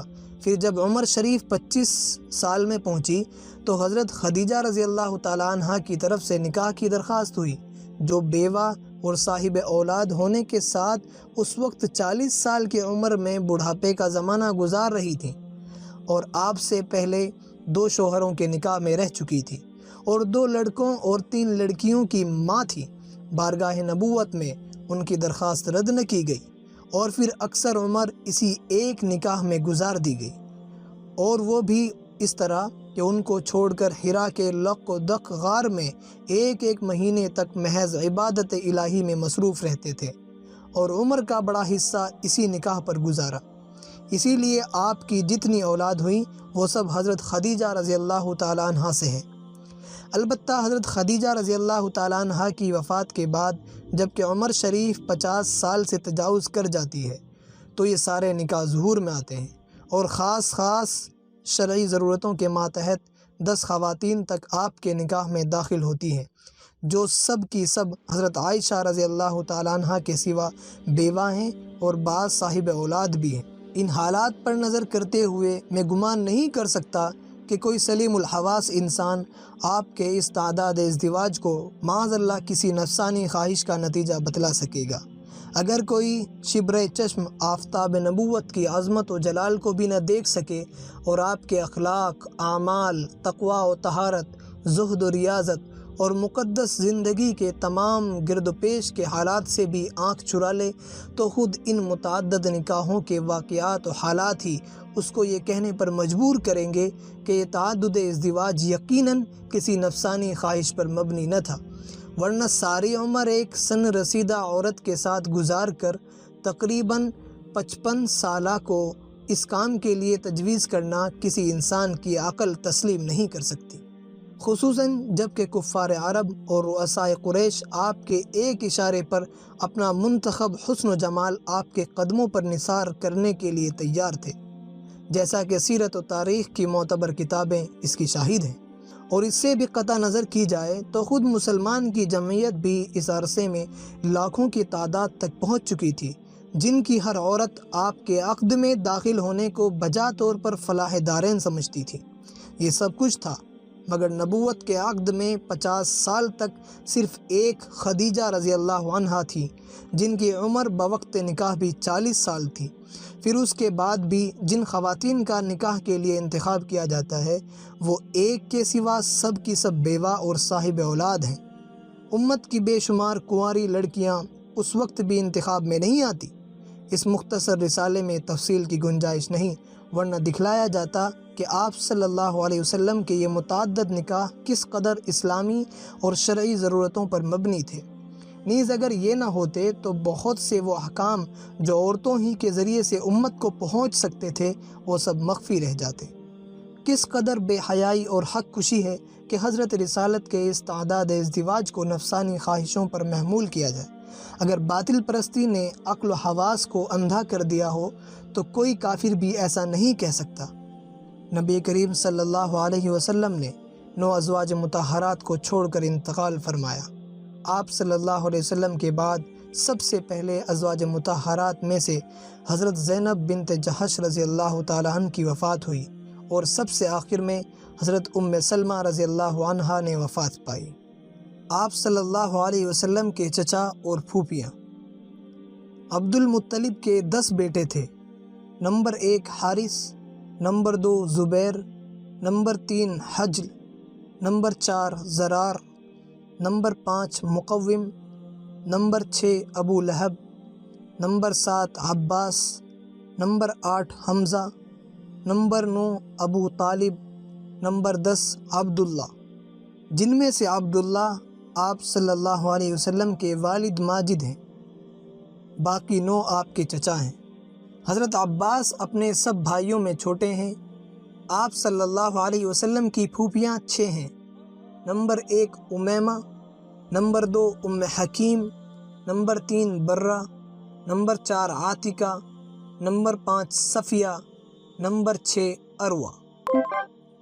آپ صلی اللہ علیہ وسلم کی پہرے داری کرنے والے سعد بن معاذ رضی اللہ عنہ، جنہوں نے غزوہ بدر میں آپ کی نگہبانی کی، اور ذکوان بن عبد قیس رضی اللہ عنہ اور محمد بن سلمہ انصاری رضی اللہ عنہ نے غزوہ احد میں، اور زبیر رضی اللہ عنہ نے غزوہ خندق میں، اور عباد بن بشیر رضی اللہ عنہ، سعد بن ابی وقاص رضی اللہ عنہ، ابو ایوب رضی اللہ عنہ اور بلال رضی اللہ عنہ نے وادی قرا میں۔ اور جب یہ آیت نازل ہوئی اللہ یعصمک من الناس، اللہ تعالیٰ خود آپ کی حفاظت کریں گے، تو یہ پہرے داری اٹھا دی گئی۔ بنائے کعبہ اور قریش کا آپ صلی اللہ علیہ وسلم کو باتفاق امین تسلیم کرنا۔ جب آپ صلی اللہ علیہ وسلم کی عمر شریف 35 سال کی ہوئی تو اس وقت قریش نے بیت اللہ کی اثر نو تعمیر کا ارادہ کیا۔ بیت اللہ کی تعمیر ہر شخص اپنی سعادت سمجھتا تھا، اور قبائل قریش نے اپنی عصمتوں کا فیصلہ اس پر رکھا تھا کہ اس کی تعمیر میں زیادہ حصہ لیا جائے۔ چنانچہ اس تعمیر کو قبائل میں تقسیم کرنے کی نوبت آئی تاکہ کوئی جھگڑا پیش نہ آئے۔ اسی تقسیم عمل کے ساتھ بنائے کعبہ حجر اسود کی حد تک پہنچ گئی، لیکن اب حجر اسود کو اٹھا کر تعمیر میں نصب کرنے کے متعلق سخت اختلاف ہوا۔ ہر قبیلہ اور ہر شخص کی خواہش تھی کہ وہ اس سعادت کو حاصل کرے، یہاں تک کہ قتل و قتال پر عہد و پیمان ہونے لگے۔ قوم کے بعض سنجیدہ لوگوں نے ارادہ کیا کہ مشورہ کر کے کوئی صلح کی صورت نکالیں، اور اس غرض کے لیے مسجد میں جمع ہو گئے۔ مشورے میں یہ طے ہوا کہ جو شخص سب سے پہلے مسجد کے اس دروازے میں داخل ہو وہ تمہارے معاملے کا فیصلہ کر لے، اور اس کے حکم کو ہر شخص دست قدرت کا فیصلہ سمجھ کر تسلیم کرے۔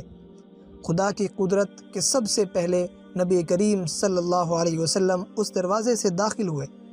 آپ صلی اللہ علیہ وسلم کو دیکھ کر سب نے ایک زبان ہو کر کہا کہ یہ امین ہے، ہم ان کے حکم پر راضی ہیں۔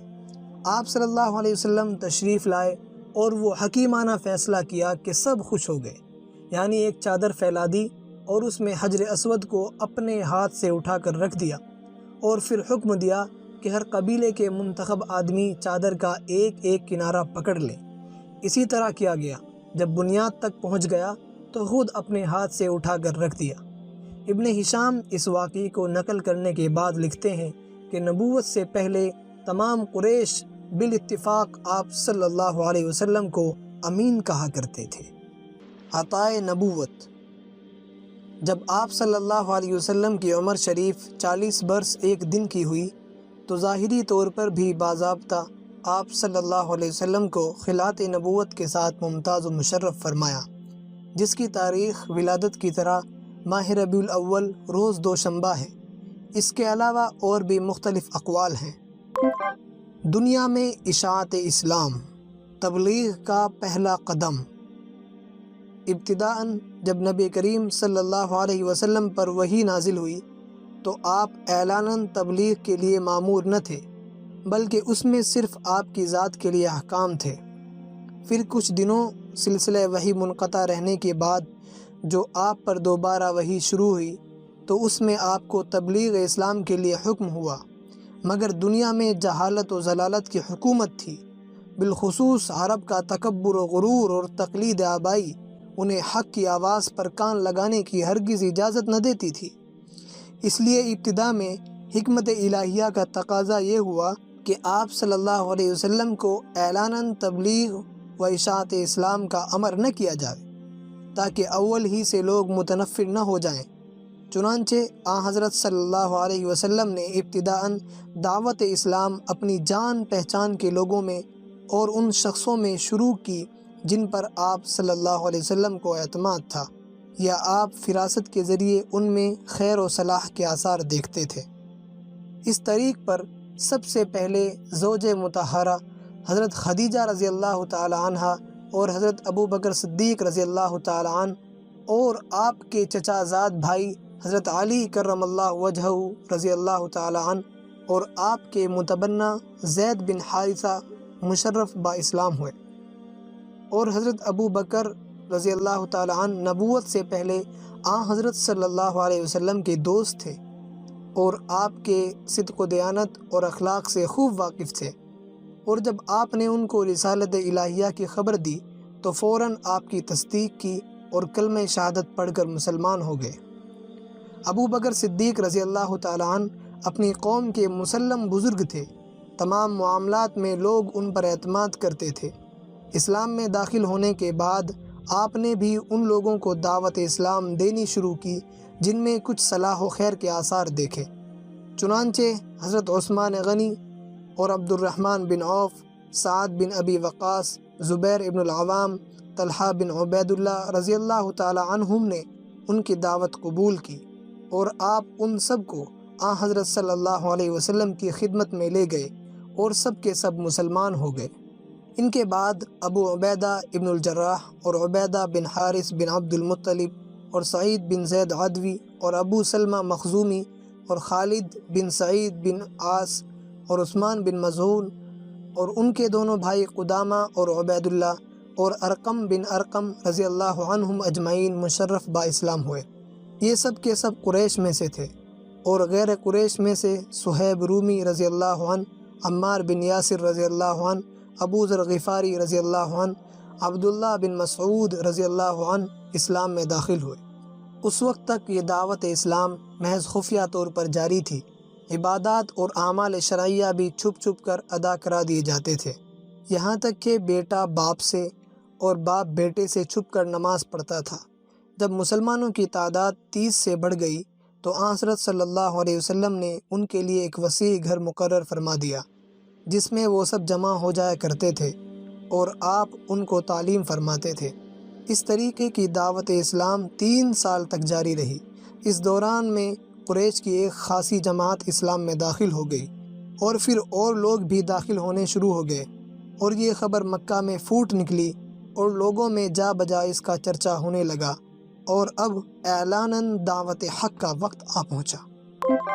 اعلاناً دعوت اسلام 3 سال کے بعد جبکہ کثرت سے مرد و عورت اسلام میں داخل ہونے لگے اور لوگوں میں اس کا چرچا ہوا، تو خداوند عالم نے حضرت صلی اللہ علیہ وسلم کو حکم فرمایا کہ علی الاعلان لوگوں کو کلمہ حق پہنچائیں۔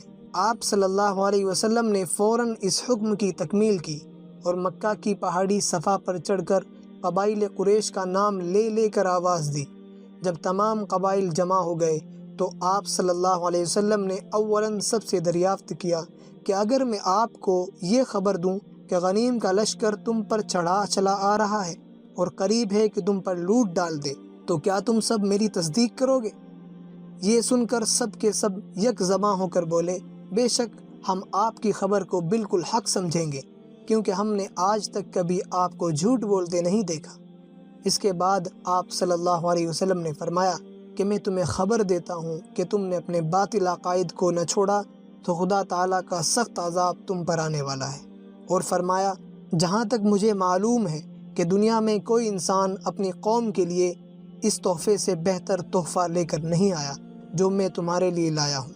میں تمہارے لیے دین و دنیا کی فلاح و بہبود لے کر آیا ہوں، اور خداوند عالم نے مجھے حکم فرمایا ہے کہ میں تمہیں اس کی طرف دعوت دوں۔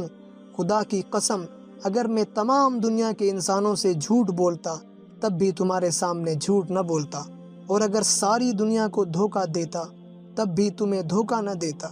اس ذات قدوس کی قسم ہے کہ جو ایک ہے اور جس کا کوئی سہیم و شریک نہیں، کہ میں تمہاری طرف خصوصاً اور تمام عالم کی طرف عموماً خدا تعالیٰ کا رسول و پیغمبر ہوں۔ تمام عرب کی مخالفت و عداوت اور آپ کی استقامت۔ یہ دعوت و تبلیغ کا سلسلہ اسی طرح جاری رہا۔ عرب کو جب یہ معلوم ہوا کہ آپ کی وحی میں ان کے بتوں کی حقیقت کھولی گئی ہے اور ان کی پرستش کرنے والوں کی بے وقوفی ظاہر کی گئی ہے، تو آپ صلی اللہ علیہ وسلم کی عداوت کے لیے کھڑے ہو گئے، اور ان کی ایک جماعت آپ کے چچا ابو طالب کے پاس آئی کہ وہ آپ کو اس قسم کی باتوں سے روک دیں اور یا آپ ان کی حمایت چھوڑ دیں۔ ابو طالب نے ایک عمدہ پیرایا سے ان کو جواب دیا، اور حضرت صلی اللہ علیہ وسلم اسی طرح کلمہ حق کی نشر و اشاعت میں سرگرم اور بتوں کی عبادت سے لوگوں کو منع کرتے رہے۔ جب عرب کو اس پر صبر نہ ہو سکا تو پھر ابو طالب کے پاس آئے اور سختی کے ساتھ ان سے مطالبہ کیا کہ یا آپ اپنے بھتیجے کو باز رکھیں ورنہ ہم سب تمہارے خلاف جنگ کریں گے، یہاں تک کہ فریقین میں سے کوئی ایک فنا ہو جائے گا۔ تمام قبائل عرب کے مقابلے میں آپ صلی اللہ علیہ وسلم کا جواب۔ اب تو ابو طالب کو بھی فکر ہوئی اور حضرت صلی اللہ علیہ وسلم سے اس معاملے میں گفتگو کی۔ آپ صلی اللہ علیہ وسلم نے فرمایا کہ اے عم بزرگوار، خدا کی قسم اگر وہ میرے داہنے ہاتھ میں آفتاب اور بائیں میں ماہتاب کو لا کر رکھیں اور یہ چاہیں کہ میں خدا کا کلمہ اس کی مخلوق کو نہ پہنچاؤں تو میں ہرگز اس کے لیے آمادہ نہیں ہو سکتا، یہاں تک کہ یا خدا کا سچا دین لوگوں میں پھیل جائے اور یا کم از کم میں اسی جد و جہد میں اپنی جان دے دوں۔ ابو طالب نے جب یہ رنگ دیکھا تو کہا، اچھا جاؤ، تم اپنا کام کرتے رہو، میں بھی تمہاری حمایت و نصرت سے کسی وقت ہاتھ نہ اٹھاؤں گا۔ لوگوں میں نفرت پھیلانا اور اس کا الٹا نتیجہ۔ جب قریش نے دیکھا کہ بنو ہاشم اور بنو عبد المطلب آپ کے ساتھ ہیں اور ادھر موسم حج قریب ہے، اس موقع پر آپ تبلیغ میں سرگرم کوشش کریں گے اور آپ کے کلام حق کی مقناطیسی کشش سے سب واقف تھے، اس لیے اندیشہ ہوا کہ اب ان کا مذہب تمام دنیا کے اطراف میں پھیل جائے گا، تو سب نے جمع ہو کر مشورے میں یہ طے کیا کہ مکہ کے تمام راستوں پر اپنے آدمی بٹھا دیے جائیں تاکہ اطراف عالم سے جو لوگ حج کے لیے آئیں انہیں دور ہی سے یہ کہہ دیا جائے کہ یہاں ایک ساحر ہے جو اپنے کلام سے باپ بیٹے اور خاوند بیوی میں اور تمام رشتہ داروں میں باہمی تفریق ڈال دیتا ہے، تم اس کے پاس نہ جائیو، لیکن چراغ راہ کے ایزد برفروزد کسے کشتف زند ریشس بسوزد۔ خدا کی قدرت ان کا یہ طرز عمل حضرت صلی اللہ علیہ وسلم کی تبلیغ کا کام کر گیا۔ اگر وہ ایسا نہ کرتے تو ممکن تھا کہ بہت سے لوگ آپ کا ذکر بھی نہ سنتے، لیکن ان کی اس جد و جہد نے سب کو آپ کا مشتاق بنا دیا۔ قریش کی ایذا رسانی اور آپ صلی اللہ علیہ وسلم کی استقامت۔ جب قریش اپنی تدبیروں میں ناکام رہے اور دیکھا کہ روز بروز آپ کی دعوت عام ہوتی جاتی ہے اور لوگ کثرت سے اسلام میں داخل ہو رہے ہیں، تو اب ہر قسم کی ایذا رسانی شروع کی۔ مکہ کے چند اوباش لوگوں کو جمع کر کے اس پر آمادہ کیا کہ وہ آپ کا ہر مجلس میں استہزاء کریں اور جس صورت سے ممکن ہو آپ کو تکلیف پہنچائیں۔ آپ صلی اللہ علیہ وسلم کے قتل کا ارادہ اور آپ صلی اللہ علیہ وسلم کا بین معجزہ۔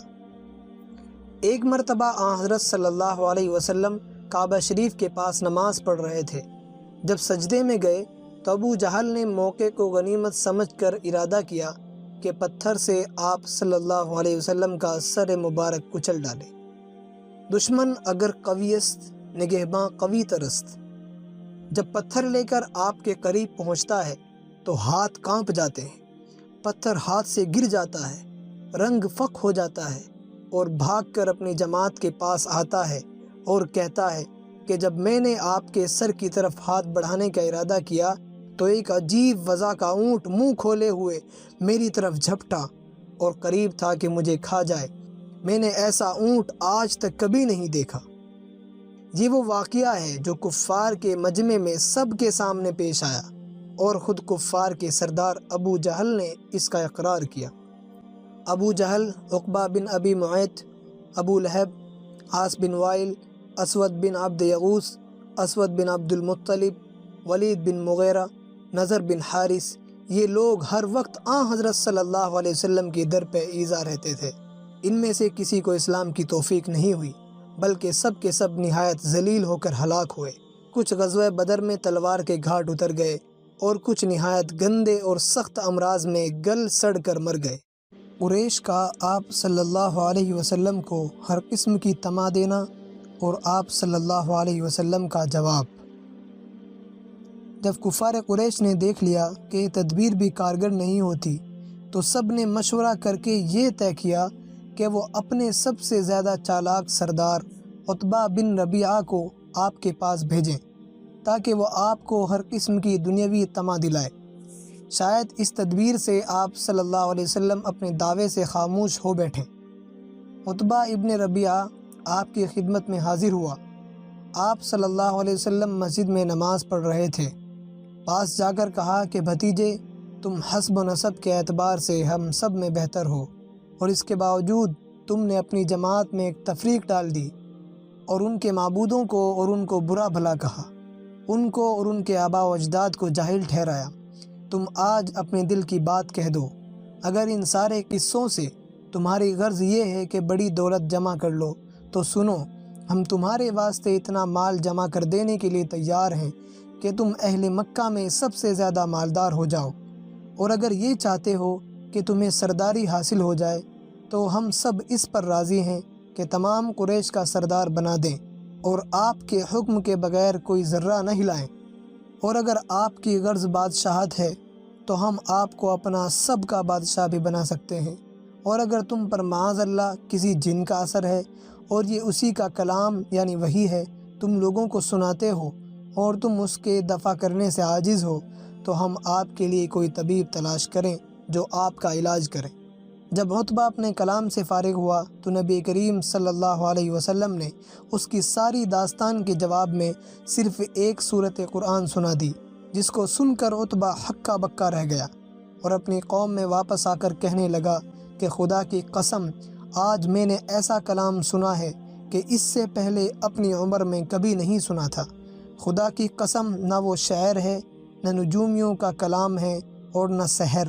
میری رائے یہ ہے کہ تم سب اس شخص یعنی حضرت صلی اللہ علیہ وسلم کی ایذا سے باز آ جاؤ، کیونکہ ان کا جو کلام میں نے سنا ہے واللہ اس کی شان عظیم ظاہر ہونے والی ہے۔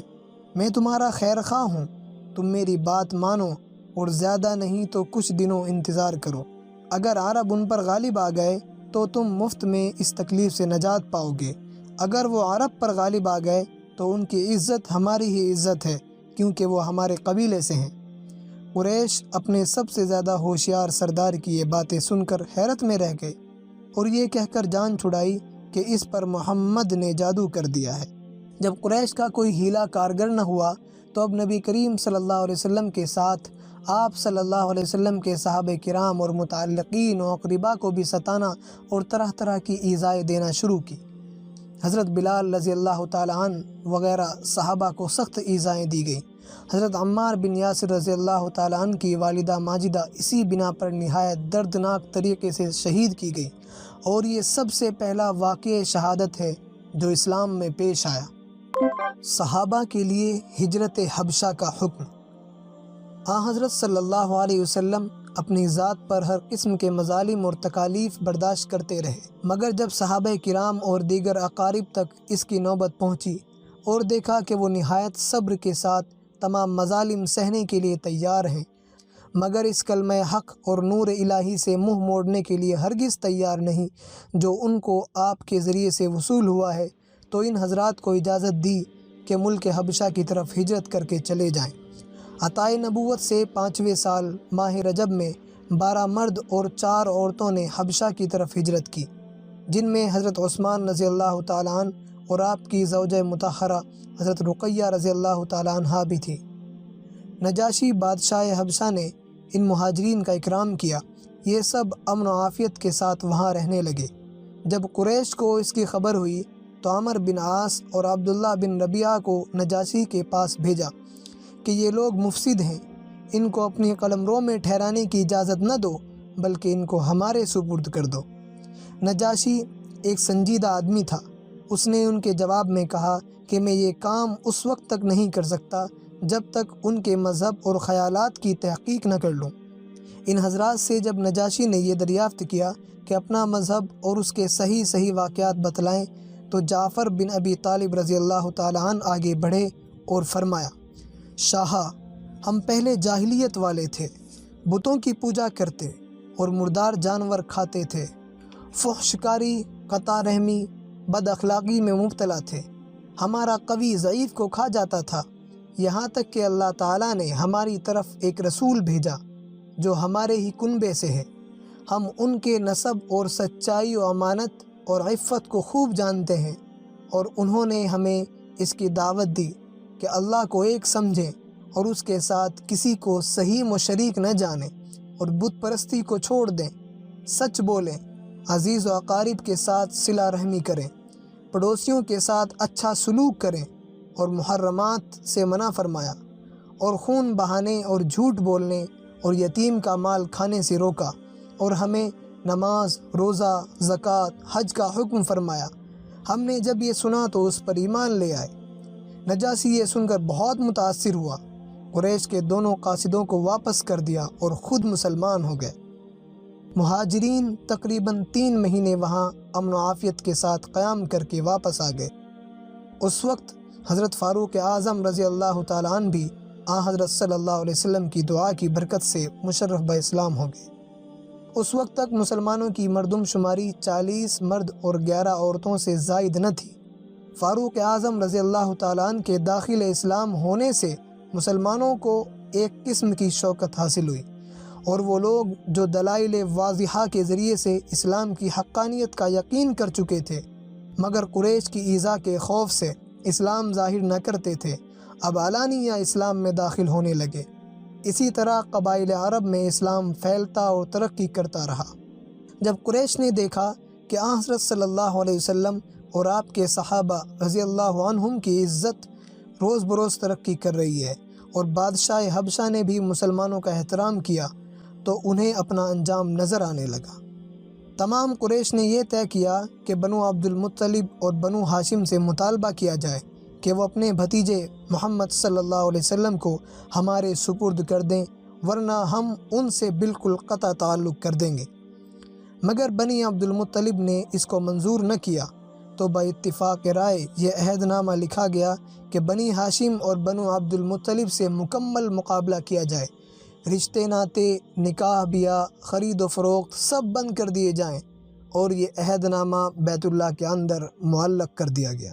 ایک پہاڑی گھاٹی میں حضرت صلی اللہ علیہ وسلم اور آپ کے تمام رفقا و اقربا کو مقید کر دیا گیا۔ اس وقت ابو لہب کے سوا تمام بنو ہاشم اور بنو عبد المطلب کے تمام افراد بلا امتیاز، مسلم و کافر، سب کے سب ابو طالب کے ساتھ رہے اور اس گھاٹی میں مقید و محصور ہو گئے۔ سب طرف سے آمد و رفت کے راستے بند تھے، خورد و نوش کا جو سامان تھا ختم ہو گیا، تو سخت اضطراب پیش آیا۔ شدت بھوک کی وجہ سے درختوں کے پتے تک کھانے کی نوبت آئی۔ یہ حالت دیکھ کر رسول اللہ صلی اللہ علیہ وسلم نے دوبارہ صحابہ کرام کو حبشے کی طرف ہجرت کرنے کے لیے فرمایا۔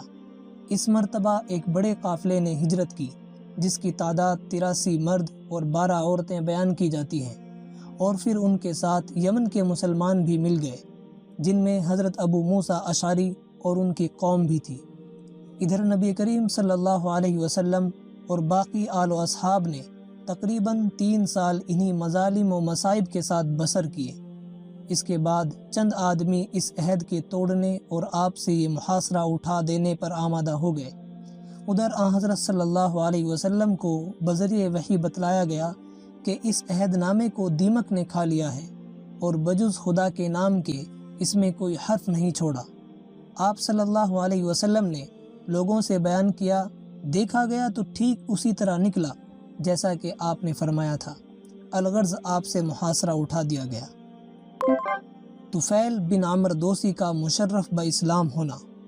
اسی عرصے میں طفیل بن عمرو دوسی رضی اللہ تعالیٰ عنہ، جو نہایت شریف اور اپنی قوم کے سردار تھے، حضرت صلی اللہ علیہ وسلم کی خدمت میں حاضر ہوئے اور اسلام کی بدیہی حقانیت اور آپ صلی اللہ علیہ وسلم کے اخلاق کو دیکھ کر برضا و رغبت مسلمان ہو گئے، اور عرض کیا کہ یا رسول اللہ، میری قوم میں میری بات مانی جاتی ہے، میں جا کر ان کو بھی اسلام کی دعوت دیتا ہوں، مگر آپ اللہ سے دعا کیجئے کہ میرے ساتھ کوئی ایسی کھلی ہوئی علامت ظاہر کر دی جائے جس کے ذریعے سے میں ان کو اپنی بات کا یقین دلا سکوں۔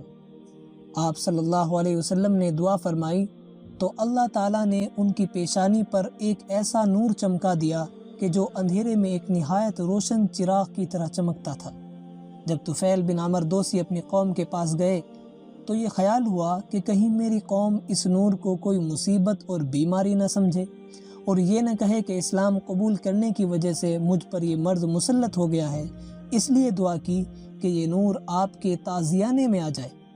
اللہ تعالیٰ نے دعا قبول فرمائی اور اس نور کو ان کے کوڑے کے ساتھ گندیل معلق کی طرح لگا دیا۔ اپنے قبیلے میں پہنچ کر تبلیغ کی۔ کچھ آدمی آپ کی صحیح سے مسلمان ہوئے، مگر چونکہ ان کے گمان کے مطابق زیادہ نہ ہوئے، اس لیے حضرت صلی اللہ علیہ وسلم کی خدمت میں حاضر ہو کر عرض کیا کہ آپ دعا فرما دیجئے تاکہ میری صحیح کامیاب ہو۔ آپ صلی اللہ علیہ وسلم نے دعا فرمائی اور ارشاد کیا کہ جاؤ اب تبلیغ کرو اور نرمی سے کام لو۔ طفیل بن عمرو لوٹے اور پھر لوگوں کو اسلام کی طرف بلایا اور خدا کے فضل سے ایسے کامیاب ہوئے کہ غزوہ خندق کے بعد 70-80 گھرانے مسلمان کر کے غزوہ خیبر میں اپنے ساتھ لائے اور سب شریک جہاد ہوئے۔ ابو طالب کی وفات۔ اسی عرصے میں آپ صلی اللہ علیہ وسلم کے چچا ابو طالب کی وفات ہو گئی۔ یہ سانحہ نبوت سے 10ویں سال ماہ شوال کے نصف پر پیش آیا اور اس کے 3 دن بعد حضرت خدیجہ رضی اللہ تعالی عنہ کی وفات ہو گئی، اور اسی لیے حضرت صلی اللہ علیہ وسلم نے اس سال کو غم کا سال فرمایا۔ ہجرت طائف۔ ابو طالب کی وفات کے بعد قریش کو موقع مل گیا۔ آپ صلی اللہ علیہ وسلم کی ایذا رسانی میں کوئی دقیقہ نہیں چھوڑا۔ جب آپ کو اہل مکہ کے قبول اسلام سے مایوسی کی صورت پیدا ہونے لگی تو اسی سال یعنی 10 نبوی آخر ماہ شوال میں زید بن حارثہ رضی اللہ تعالیٰ عنہ کو ساتھ لے کر طائف تشریف لے گئے اور اہل طائف کو کلمہ حق کی طرف دعوت دی، اور 1 ماہ تک متواتر ان کی تبلیغ و ہدایت میں مصروف رہے، مگر ایک شخص کو بھی قبول حق کی توفیق نہ ہوئی، بلکہ ظالموں نے اپنے شہر کے چند اوباش لوگوں کو سنکا دیا کہ آپ کو تکلیف پہنچائیں۔ یہ سنگ دل بدنصیب اس سرور کائنات کے در پہ ہو گئے کہ اگر شان رحمت للعالمین مانے نہ ہو تو اس کی ایک جنبش لب میں ان کی ساری بدمستیوں کا خاتمہ ہو سکتا تھا، اور طائف کے بسنے والوں کا نام و نشان صفحہ ہستی سے مٹایا جا سکتا تھا۔ ان بدبخت لوگوں نے آپ پر پتھر برسانے شروع کیے، جن سے سرور عالم صلی اللہ علیہ وسلم کے قدم شریف زخمی ہو جاتے تھے۔ زید بن حارثہ رضی اللہ تعالیٰ عنہ جس طرف سے پتھر آتا ہوا دیکھتے اس طرف خود کھڑے ہو کر حضرت صلی اللہ علیہ وسلم کو بچاتے اور پتھر کو اپنے سر پر لیتے تھے، یہاں تک کہ حضرت زید رضی اللہ تعالیٰ عنہ کا سر زخمی ہو گیا۔ بالآخر رحمت عالم 1 ماہ بعد طائف سے اس طرح واپس ہوئے کہ آپ کے ٹخنے شریف لہو لہان تھے، مگر زبان پر کوئی حرف بد دعا اس وقت بھی نہ آتا تھا۔ اسراء اور معراج۔ نبوت کا 5واں سال اسلام کی تاریخ میں ایک ممتاز حیثیت رکھتا ہے، جس میں فخر الانبیاء صلی اللہ علیہ وسلم کو ایک اعزازی جلوس کے ساتھ نوازا گیا، جو انبیاء علیہم السلام کی جماعت میں سے بھی صرف حضرت صلی اللہ علیہ وسلم کی امتیازی خصوصیت ہے، جس کا مختصر واقعہ یہ ہے۔ ایک رات آپ صلی اللہ علیہ وسلم حتیم کعبہ میں لیٹے ہوئے تھے کہ جبرائیل اور میکائیل علیہم السلام آئے اور کہا کہ ہمارے ساتھ چلیے۔ آپ صلی اللہ علیہ وسلم کو براق پر سوار کیا گیا، جس کی تیز رفتار کا یہ حال تھا کہ جس جگہ اس کی نظر پڑتی تھی وہیں قدم پڑتا تھا۔ اسی سرعت رفتار کے ساتھ اول آپ کو ملک شام میں مسجد اقصیٰ تک لے گئے۔ یہاں پر اللہ تعالیٰ نے تمام انبیاء سابقین کو حضرت صلی اللہ علیہ وسلم کے اکرام کے لیے بطور معجزہ جمع فرما دیا تھا۔ جبرائیل علیہ السلام نے یہاں پہنچ کر اذان دی اور نماز کے لیے تمام انبیاء و رسل کی صفیں تیار ہو کر کھڑی ہوئی، لیکن سب اس کا انتظار کر رہے تھے کہ نماز کون پڑھائے۔ جبرائیل امین علیہ السلام نے آپ صلی اللہ علیہ وسلم کا دست مبارک پکڑ کر آگے کر دیا۔ آپ نے تمام انبیاء و مرسلین اور ملائکہ کو نماز پڑھائی۔ یہاں تک عالم دنیا کی سیر تھی جو براق پر ہوئی۔ اس کے بعد بترتیب آپ صلی اللہ علیہ وسلم کو آسمانوں کی سیر کرائی گئی۔ پہلے آسمان پر آدم علیہ السلام سے ملاقات ہوئی، دوسرے پر عیسیٰ و یحییٰ علیہم السلام سے، اور تیسرے پر یوسف علیہ السلام سے، اور چوتھے پر ادریس علیہ السلام سے، پانچویں پر ہارون علیہ السلام سے، چھٹے پر موسیٰ علیہ السلام سے، اور ساتویں پر حضرت ابراہیم علیہ السلام سے ملاقات کی۔ اس کے بعد آپ سدرۃ المنتہا کی طرف تشریف لے چلے۔ راستے میں حوض کوثر پر گزر ہوا، پھر آپ صلی اللہ علیہ وسلم جنت میں داخل ہوئے۔ وہاں دست قدرت کے وہ عجائب و غرائب دیکھے جو نہ کسی آنکھ نے آج تک دیکھے اور نہ کسی کان نے سنے، اور نہ کسی انسان کے وہم و گمان کی وہاں تک رسائی ہوئی۔ پھر دوزخ آپ صلی اللہ علیہ وسلم کے سامنے پیش کی گئی، جو ہر قسم کے عذاب اور سخت و شدید آگ سے بھری ہوئی تھی، جس کے سامنے لوہے اور پتھر جیسی سخت چیزوں کی بھی کوئی حقیقت نہیں تھی۔ اس میں آپ صلی اللہ علیہ وسلم نے ایک جماعت کو دیکھا کہ مردار جانور کھا رہے ہیں۔ دریافت فرمایا، یہ کون ہے؟ جبرائیل علیہ السلام نے عرض کیا، یہ وہ ہیں جو لوگوں کے گوشت کھاتے، یعنی ان کی غیبت کرتے تھے۔ پھر دوزخ کا دروازہ بند کر دیا گیا۔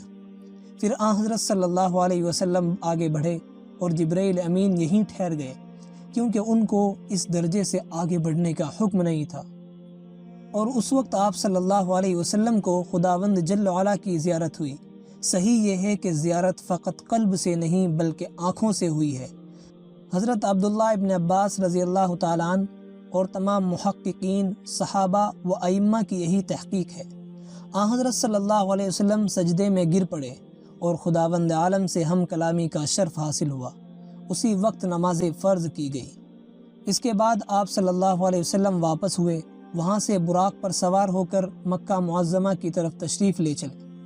راستے میں مختلف مقامات میں قریش کے 3 تجارتی قافلوں پر گزرے، جن میں سے بعض کو آپ نے سلام کیا اور انہوں نے آپ کی آواز پہچانی، اور مکہ واپس ہونے کے بعد اس کی شہادت دی۔ صبح سے پہلے ہی یہ سفر مبارک تمام ہو گیا۔ اسراء نبوی صلی اللہ علیہ وسلم پر عینی شہادتیں۔ جب صبح ہوئی اور یہ خبر قریش میں پھیلی تو ان کا ایک عجیب عالم تھا۔ کوئی تالیاں بجاتا تھا اور کوئی تعجب سے سر پر ہاتھ رکھے ہوئے تھا اور کوئی تمسخر سے ہنس رہا تھا۔ پھر سب نے بغرض امتحان آپ صلی اللہ علیہ وسلم سے سوالات شروع کیے اور دریافت کیا کہ اچھا بتلائیے کہ بیت المقدس کی تعمیر اور حیت کیسی ہے اور پہاڑ سے کتنے فاصلے پر واقع ہے۔ آپ صلی اللہ علیہ وسلم نے اس کا پورا نقشہ بتلا دیا۔ اسی طرح وہ مختلف چیزیں دریافت کرتے رہے اور آپ بتاتے رہے، یہاں تک کہ اب انہوں نے ایسے سوالات شروع کیے جو باوجود ایک مرتبہ دیکھ لینے کے بھی کوئی شخص بتلا نہ سکے، مثلا یہ کہ مسجد کے کتنے دروازے ہیں، کتنے طاق ہیں، وغیرہ وغیرہ۔ ظاہر ہے کہ یہ چیزیں کون شمار کرتا ہے، اس لیے آپ صلی اللہ علیہ وسلم کو سخت اضطراب ہوا، مگر بطور معجزہ مسجد اقصیٰ آپ صلی اللہ علیہ وسلم کے سامنے کر دی گئی۔ آپ شمار کرتے اور بتاتے جاتے تھے۔ ابو بکر صدیق رضی اللہ تعالیٰ عنہ نے فرمایا، اشہد انک رسول اللہ، اور قریش بھی سب کے سب اب تو چپ ہوئے اور کہنے لگے کہ حالات و صفات تو بالکل درست بیان کیے ہیں۔ اور پھر حضرت صدیق رضی اللہ تعالیٰ عنہ سے خطاب کر کے کہنے لگے کہ کیا تم تصدیق کرتے ہو کہ آپ ایک رات میں مسجد اقصیٰ تک پہنچ بھی گئے اور لوٹ بھی آئے؟ حضرت صدیق نے فرمایا کہ میں اس سے بھی زیادہ بعید چیزوں میں آپ کی تصدیق کرتا ہوں۔ میں ایمان لاتا ہوں کہ صبح شام ذرا سی دیر میں آپ کو آسمانی خبریں پہنچ جاتی ہیں، تو پھر اس میں کیا تردد ہو سکتا ہے؟ اس لیے بھی آپ کا نام صدیق رکھا گیا۔ خود کفار قریش کی چشمدید شہادتیں۔ اس کے بعد قریش نے پھر بغرض امتحان دریافت کیا کہ اچھا بتلاؤ ہمارا فلاں قافلہ جو ملک شام کی طرف گیا ہوا ہے وہ کہاں ہے؟ آپ صلی اللہ علیہ وسلم نے فرمایا کہ فلاں قبیلے کے ایک تجارتی قافلے پر مقام روحہ میں میرا گزر ہوا تھا، ان کا اونٹ گم ہو گیا تھا، وہ سب اس کی تلاش میں گئے ہوئے تھے۔ میں ان کے کجاووں کے پاس گیا تو وہاں کوئی نہ تھا، اور ایک کوزہ میں پانی بھرا ہوا تھا، وہ میں نے پی لیا۔ اس کے بعد فلاں قبیلے کے تجارتی قافلے پر فلاں مقام میں گزر ہوا۔ جب براق اس کے قریب ہوا تو اونٹ دہشت سے ادھر ادھر بھاگنے لگے، اور ان میں ایک سرخ اونٹ تھا جس پر 2 خروار یعنی گون سیاہ و سفید تھے، وہ تو بے ہوش ہو کر گر گیا۔ اس کے بعد فلاں قبیلے کے تجارتی قافلے پر مقام تنعیم میں گزر ہوا، جس میں سب سے آگے ایک خاکی رنگ کا اونٹ تھا اور اس پر سیاہ ٹاٹ اور 2 سیاہ خروار یعنی گون تھے، اور یہ قافلہ ان قریب تمہارے پاس آنے والا ہے۔ لوگوں نے دریافت کیا کہ کب تک؟ آپ صلی اللہ علیہ وسلم نے فرمایا کہ بدھ کے روز تک آ جائے گا۔ چنانچہ ٹھیک اسی طرح ہوا جیسا کہ آپ صلی اللہ علیہ وسلم نے فرمایا تھا، اور ان قافلوں نے بھی آپ کے بیانات کی تصدیق کی۔ جب قریش پر خدا کی حجت تمام ہو گئی اور اس محیر العقول سفر پر خود ان کی قوم نے شہادت دے دی، تو اب ان معاندین کے لیے بھی اس کے سوا انکار کا کوئی راستہ باقی نہ رہا کہ آپ کے اس سفر کو سحر اور آپ کو معاذ اللہ جادوگر کہہ کر کھڑے ہو گئے۔ مدینہ طیبہ میں اسلام۔ 10 سال تک برابر آن حضرت صلی اللہ علیہ وسلم قبائل عرب کو اعلان کے ساتھ دعوت اسلام دیتے رہے، اور عرب کی کوئی مجلس اور کوئی مجمع نہیں چھوڑا جس میں جا کر آپ نے ان کو تبلیغ حق نہ کی ہو۔ موسم حج میں، بازار اوکاز میں اور ذی المجار وغیرہ میں گھر گھر پہنچ کر لوگوں کو حق کی طرف بلاتے رہے، مگر وہ اس کے جواب میں آن حضرت صلی اللہ علیہ وسلم کو ہر قسم کی ایذائیں پہنچاتے اور مذاق اڑاتے تھے کہ پہلے اپنی قوم کو مسلمان بنائیے، پھر ہماری ہدایت کے لیے آئیے۔ اسی پر ایک مدت گزر گئی۔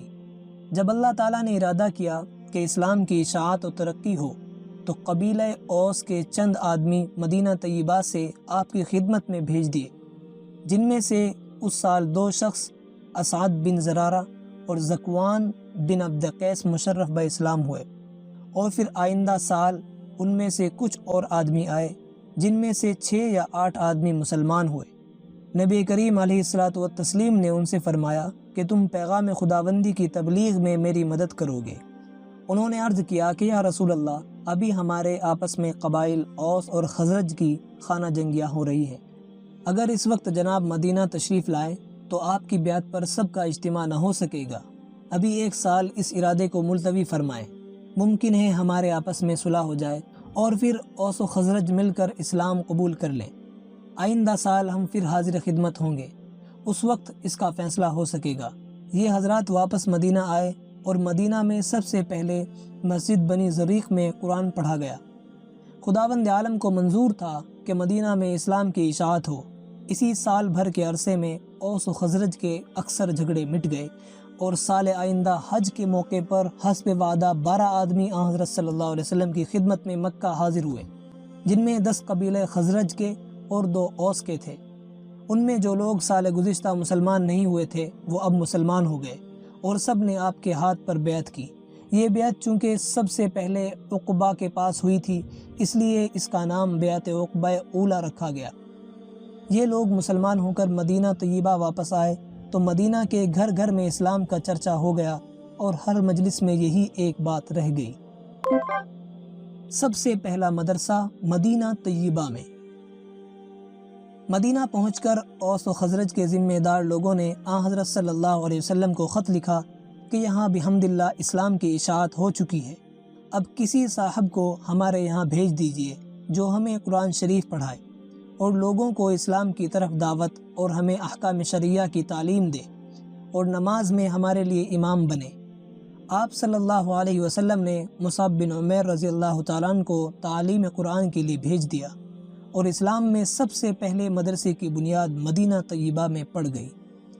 آئندہ سال حج کے ایام میں مدینہ طیبہ سے ایک بڑا قافلہ مکہ معظمہ پہنچا، جس میں 70 مرد اور 2 عورتیں تھیں۔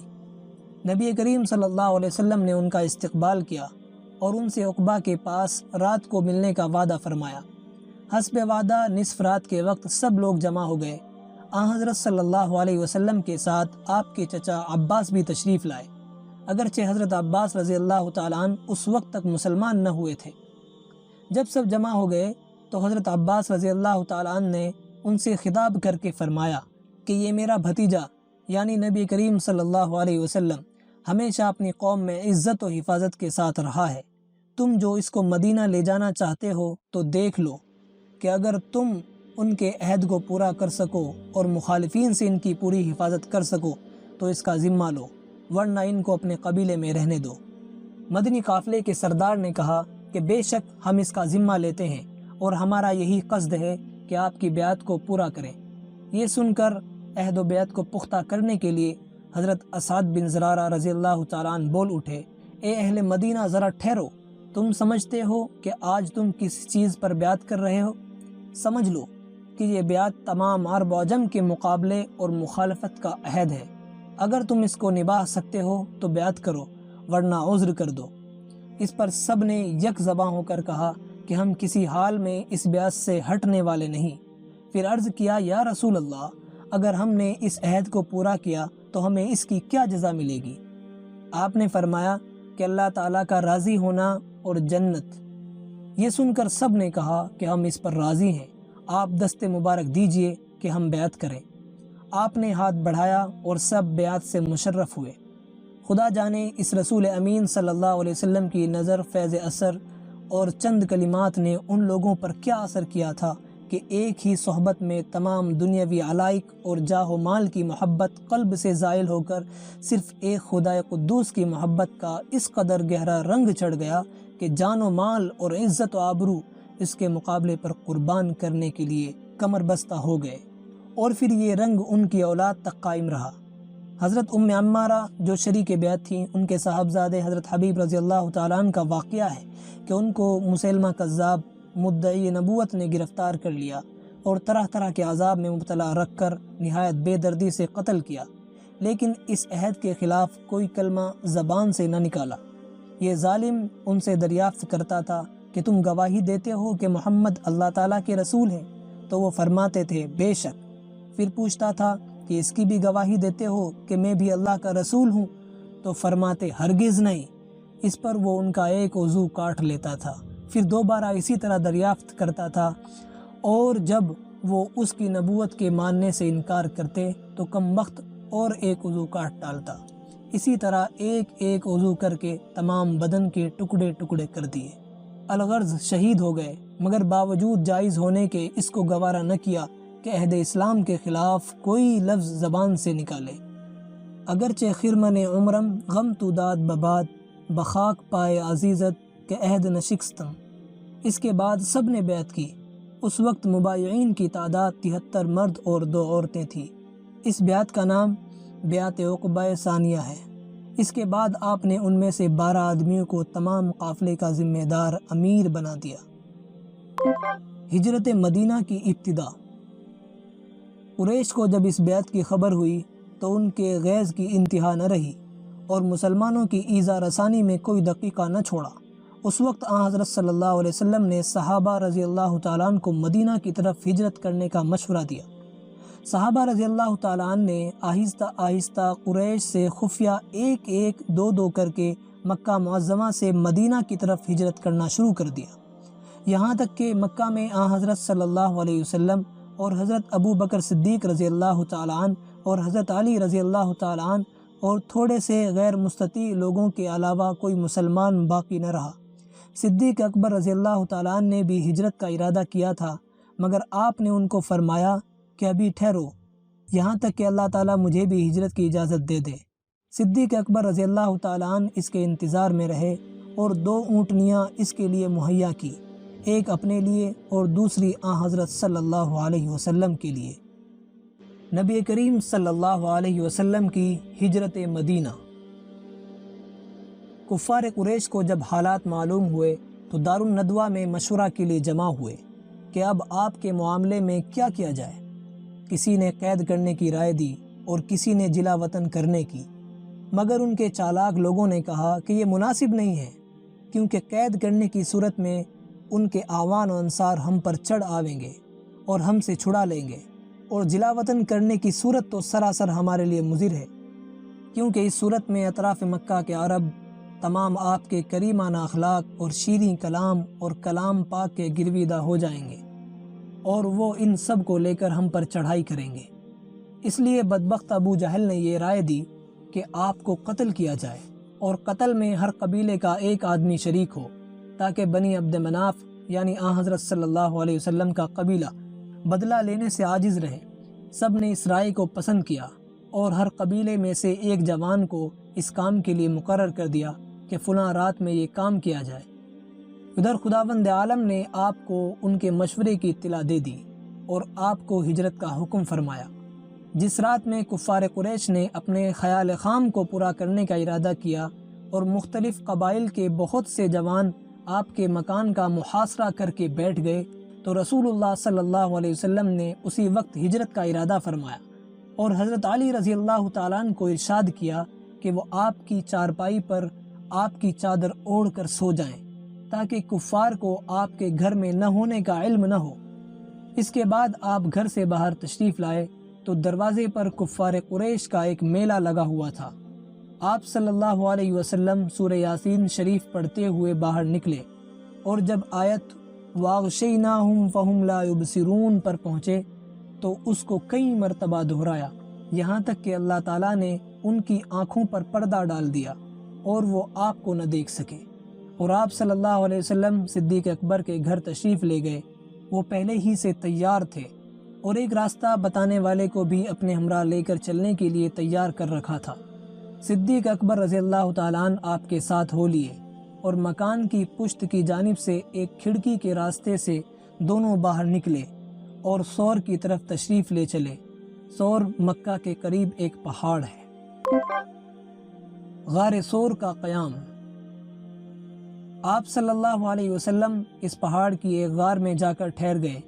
ادھر یہ قریشی جوان صبح تک آپ صلی اللہ علیہ وسلم کے باہر تشریف لانے کا انتظار کرتے رہے اور بالآخر یہ معلوم ہوا کہ وہاں آپ صلی اللہ علیہ وسلم کی جگہ علی رضی اللہ تعالیٰ عنہ ہے، تو سخت پریشان ہوئے اور چاروں طرف اپنے قاصد آپ صلی اللہ علیہ وسلم کی تلاش میں دوڑا دیے، اور بعض قیافہ شناس لوگ آپ کے نشان قدم پر تلاش کرتے ہوئے ٹھیک اس غار کے کنارے پر پہنچ بھی گئے کہ اگر ذرا جھک کر دیکھتے تو صاف آپ صلی اللہ علیہ وسلم سامنے تھے۔ اس وقت صدیق اکبر رضی اللہ تعالیٰ عنہ غمگین ہوئے۔ رسول اللہ صلی اللہ علیہ وسلم نے فرمایا، گھبراؤ نہیں، اللہ تعالیٰ ہمارے ساتھ ہے۔ خدا کی قدرت کہ ان سب کی نظر اس غار سے پھیر دی گئی اور کسی نے جھک کر نہ دیکھا، بلکہ ان کے سب سے بڑے چالاک شخص امیہ بن خلف نے کہا کہ یہاں ان کا ہونا محال ہے، کیونکہ بحکم خداوندی اس غار کے دروازے پر رات رات میں مکڑی نے جالا تن دیا تھا اور جنگلی کبوتر نے گھونسلہ بنا دیا تھا۔ رسول اللہ صلی اللہ علیہ وسلم اور صدیق اکبر رضی اللہ تعالیٰ عنہ اس غار میں 3 رات متواتر چھپے رہے، یہاں تک کہ تلاش کرنے والے مایوس ہو کر بیٹھ گئے۔ ان تینوں دنوں میں برابر صدیق اکبر رضی اللہ تعالیٰ عنہ کے صاحبزادے عبداللہ رات کو خفیہ آپ کے پاس آتے اور پھر صبح سے پہلے ہی مکہ پہنچ جاتے تھے۔ دن بھر قریش کی خبریں سن کر رات کو آپ کے سامنے بیان کرتے تھے، اور ان کی بہن اسماء بنت ابی بکر ہر رات میں کھانا آپ کے پاس پہنچاتی تھی۔ چونکہ عرب کے لوگ نشان قدم کو بہت پہچانتے تھے، اس لیے عبداللہ رضی اللہ تعالیٰ عنہ نے اپنے غلام سے کہہ رکھا تھا کہ روزانہ بکریاں چرانے کے لیے اس غار تک لے جایا کرے تاکہ ان کے نشان قدم مٹ جائیں۔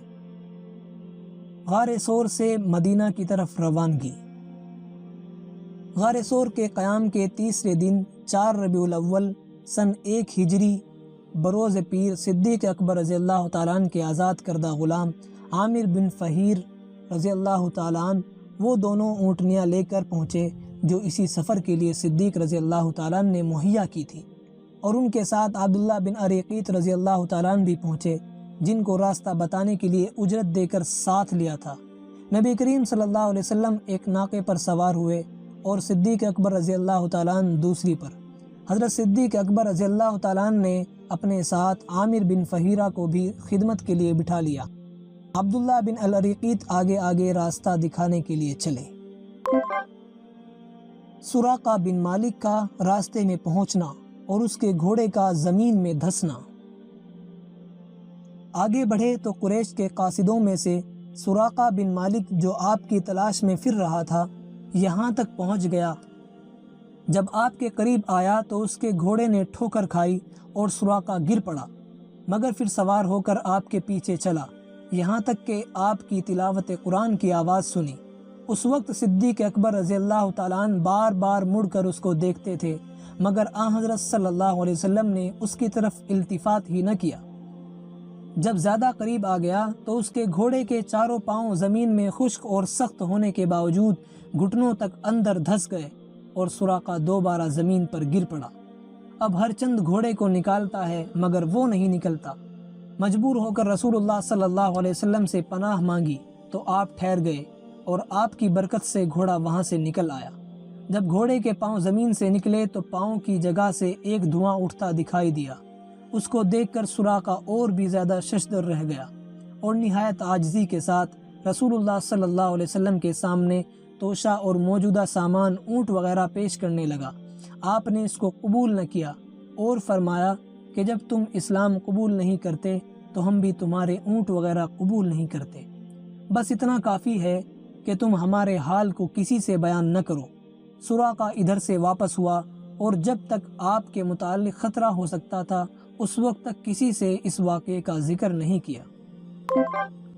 سراقہ کی زبان سے آپ کی نبوت کا اعتراف۔ کچھ دنوں کے بعد سراقہ نے ابو جہل سے اس واقعے کا ذکر کرنے کے بعد چند اشعار پڑھے جن کا ترجمہ یہ ہے: اے ابو الحکم یعنی ابو جہل، لات کی قسم، لات ایک بت کا نام ہے جس کی قریش پوجا کرتے تھے، اگر تم اس گھوڑے کے زمین میں دھسنے کا مشاہدہ کرتے تو تمہیں اس بات میں شک کی گنجائش نہ رہتی کہ محمد صلی اللہ علیہ وسلم خدا کے رسول ہیں۔ میری رائے میں تمہیں لازم ہے کہ ان کی مخالفت سے خود بھی اجتناب کرو اور لوگوں کو بھی منع کر دو، کیونکہ مجھے یقین ہے کہ تھوڑے ہی عرصے میں ان کی کامیابی کے نشانات اس طرح چمک جائیں گے کہ تمام انسان اس کی تمنا کریں گے کہ کاش ہم ان سے صلح کر لیتے۔ رسول اللہ صلی اللہ علیہ وسلم کا معجزہ اور ام معبد اور ان کے خاوند کا اسلام۔ راستے میں ایک عورت ام معبد بنت خالد کے مکان پر گزر ہوا۔ ان کی بکری جو بالکل دودھ نہ دیتی تھی، آپ نے ان کے تھنوں پر ہاتھ پھیر دیا تو وہ دودھ سے بھر گئے، جس کو آپ نے بھی پیا اور اپنے ساتھیوں کو بھی پلایا، اور یہ برکت اسی طرح برابر جاری رہی۔ جب آپ یہاں سے رخصت ہوئے تو ام معبد کا خاوند آیا اور بکری کے دودھ کے متعلق یہ عجیب واقعہ دیکھ کر حیران رہ گیا۔ سبب پوچھا تو ام معبد نے کہا کہ ایک نہایت شریف و کریم جوان آج ہمارے یہاں تھوڑی دیر کے لیے مہمان ہوئے تھے، یہ سب ان کے ہاتھ کی برکت ہے۔ خاوند یہ سن کر کہنے لگا کہ بخدا یہ تو وہی مکہ والے بزرگ معلوم ہوتے ہیں۔ ایک روایت میں ہے کہ اس کے بعد ان دونوں نے بھی ہجرت کی اور مدینہ پہنچ کر مسلمان ہو گئے۔ نزول قباء۔ یہاں سے روانہ ہو کر آپ صلی اللہ علیہ وسلم قباء پہنچے۔ یہ مدینہ کے قریب ایک مقام ہے۔ انصار کو جب سے آپ صلی اللہ علیہ وسلم کے تشریف لانے کی خبر پہنچی تھی، روزانہ استقبال کے لیے بستی سے باہر آتے تھے۔ اس روز بھی حسب دستور انتظار کر کے واپس ہو گئے تھے کہ یکایک آواز سنی گئی کہ جس کا انتظار تھا وہ تشریف لے آئے۔ آپ کو تشریف لاتے ہوئے دیکھ کر سب نے جوش مسرت سے استقبال کیا۔ رسول اللہ صلی اللہ علیہ وسلم اور آپ کے رفقا نے 14 روز قباء میں قیام فرمایا۔ اسی عرصے میں آپ صلی اللہ علیہ وسلم نے قباء میں ایک مسجد کی بنیاد ڈالی، اور یہ سب سے پہلی مسجد ہے جو اسلام میں بنائی گئی۔ حضرت علی رضی اللہ تعالیٰ عنہ کی ہجرت اور قباء میں آپ سے مل جانا۔ حضرت صلی اللہ علیہ وسلم کی امانت داری چونکہ کفار مکہ کو بھی مسلم تھی، اس لیے آپ صلی اللہ علیہ وسلم کے پاس اکثر لوگوں کی امانتیں رہتی تھی۔ بوقت ہجرت حضرت علی کرم اللہ وجہہ کو آپ صلی اللہ علیہ وسلم نے اس لیے پیچھے چھوڑا تھا کہ جو امانتیں لوگوں کی آپ کے پاس تھی وہ ان کے سپرد کر کے آپ کے بعد وہ بھی مدینہ پہنچ جائیں۔ اسلامی تاریخ کی ابتدا۔ اس وقت حضرت صلی اللہ علیہ وسلم کے حکم سے اسلامی تاریخ کی ابتدا حضرت عمر رضی اللہ تعالیٰ عنہ نے کی ہے اور اس کا پہلا مہینہ محرم کو قرار دیا۔ مدینہ طیبہ میں داخل ہونا۔ ماہ ربیع الاول بروز جمعہ قباء سے رخصت ہو کر مدینہ طیبہ کی طرف روانگی ہوئی۔ انصار مدینہ جوش مسرت سے آپ کی سواری کے ارد گرد چل رہے تھے، کوئی پیدل کوئی سوار۔ آپ کی ناکہ کی باغ تھامنے میں ہر شخص پیش قدمی کرنا چاہتا تھا۔ ہر شخص کی دلی تمنا تھی کہ آپ صلی اللہ علیہ وسلم اس کے یہاں مقیم ہو۔ عورتیں اور بچے خوشی کے ترانے پڑھ رہے تھے۔ یہ روز چونکہ جمعے کا دن تھا، بنی سالم بن عوف کے مکانات کے قریب جمعے کا وقت ہو گیا۔ آپ صلی اللہ علیہ وسلم سواری سے اترے اور جمعہ ادا کرنے کے بعد پھر سوار ہوئے۔ اب جس انصاری کا مکان راستے میں پڑتا ہے وہ التجا کرتا ہے کہ میرے غریب خانے پر قیام فرمائیے، مگر آن حضرت صلی اللہ علیہ وسلم نے فرمایا کہ تم اونٹنی کو اپنی حال پر چھوڑ دو، وہ اللہ تعالیٰ کی طرف سے مامور ہے، جس جگہ ٹھہرنے کا حکم اس کو ہے وہاں جا کر خود ٹھہر جائے گی۔ چنانچہ اونٹنی اسی طرح چلتی رہی یہاں تک کہ رسول اللہ صلی اللہ علیہ وسلم کی نانیال بنی عدی بن نجار کے مکانات آئے تو ابو ایوب انصاری رضی اللہ تعالیٰ عنہ کے مکان کے سامنے جا کر بیٹھ گئی۔ آپ صلی اللہ علیہ وسلم ابو ایوب انصاری رضی اللہ تعالیٰ عنہ کے مکان پر مہمان ہوئے اور ایک مدت تک انہی کے مکان پر مقیم رہے۔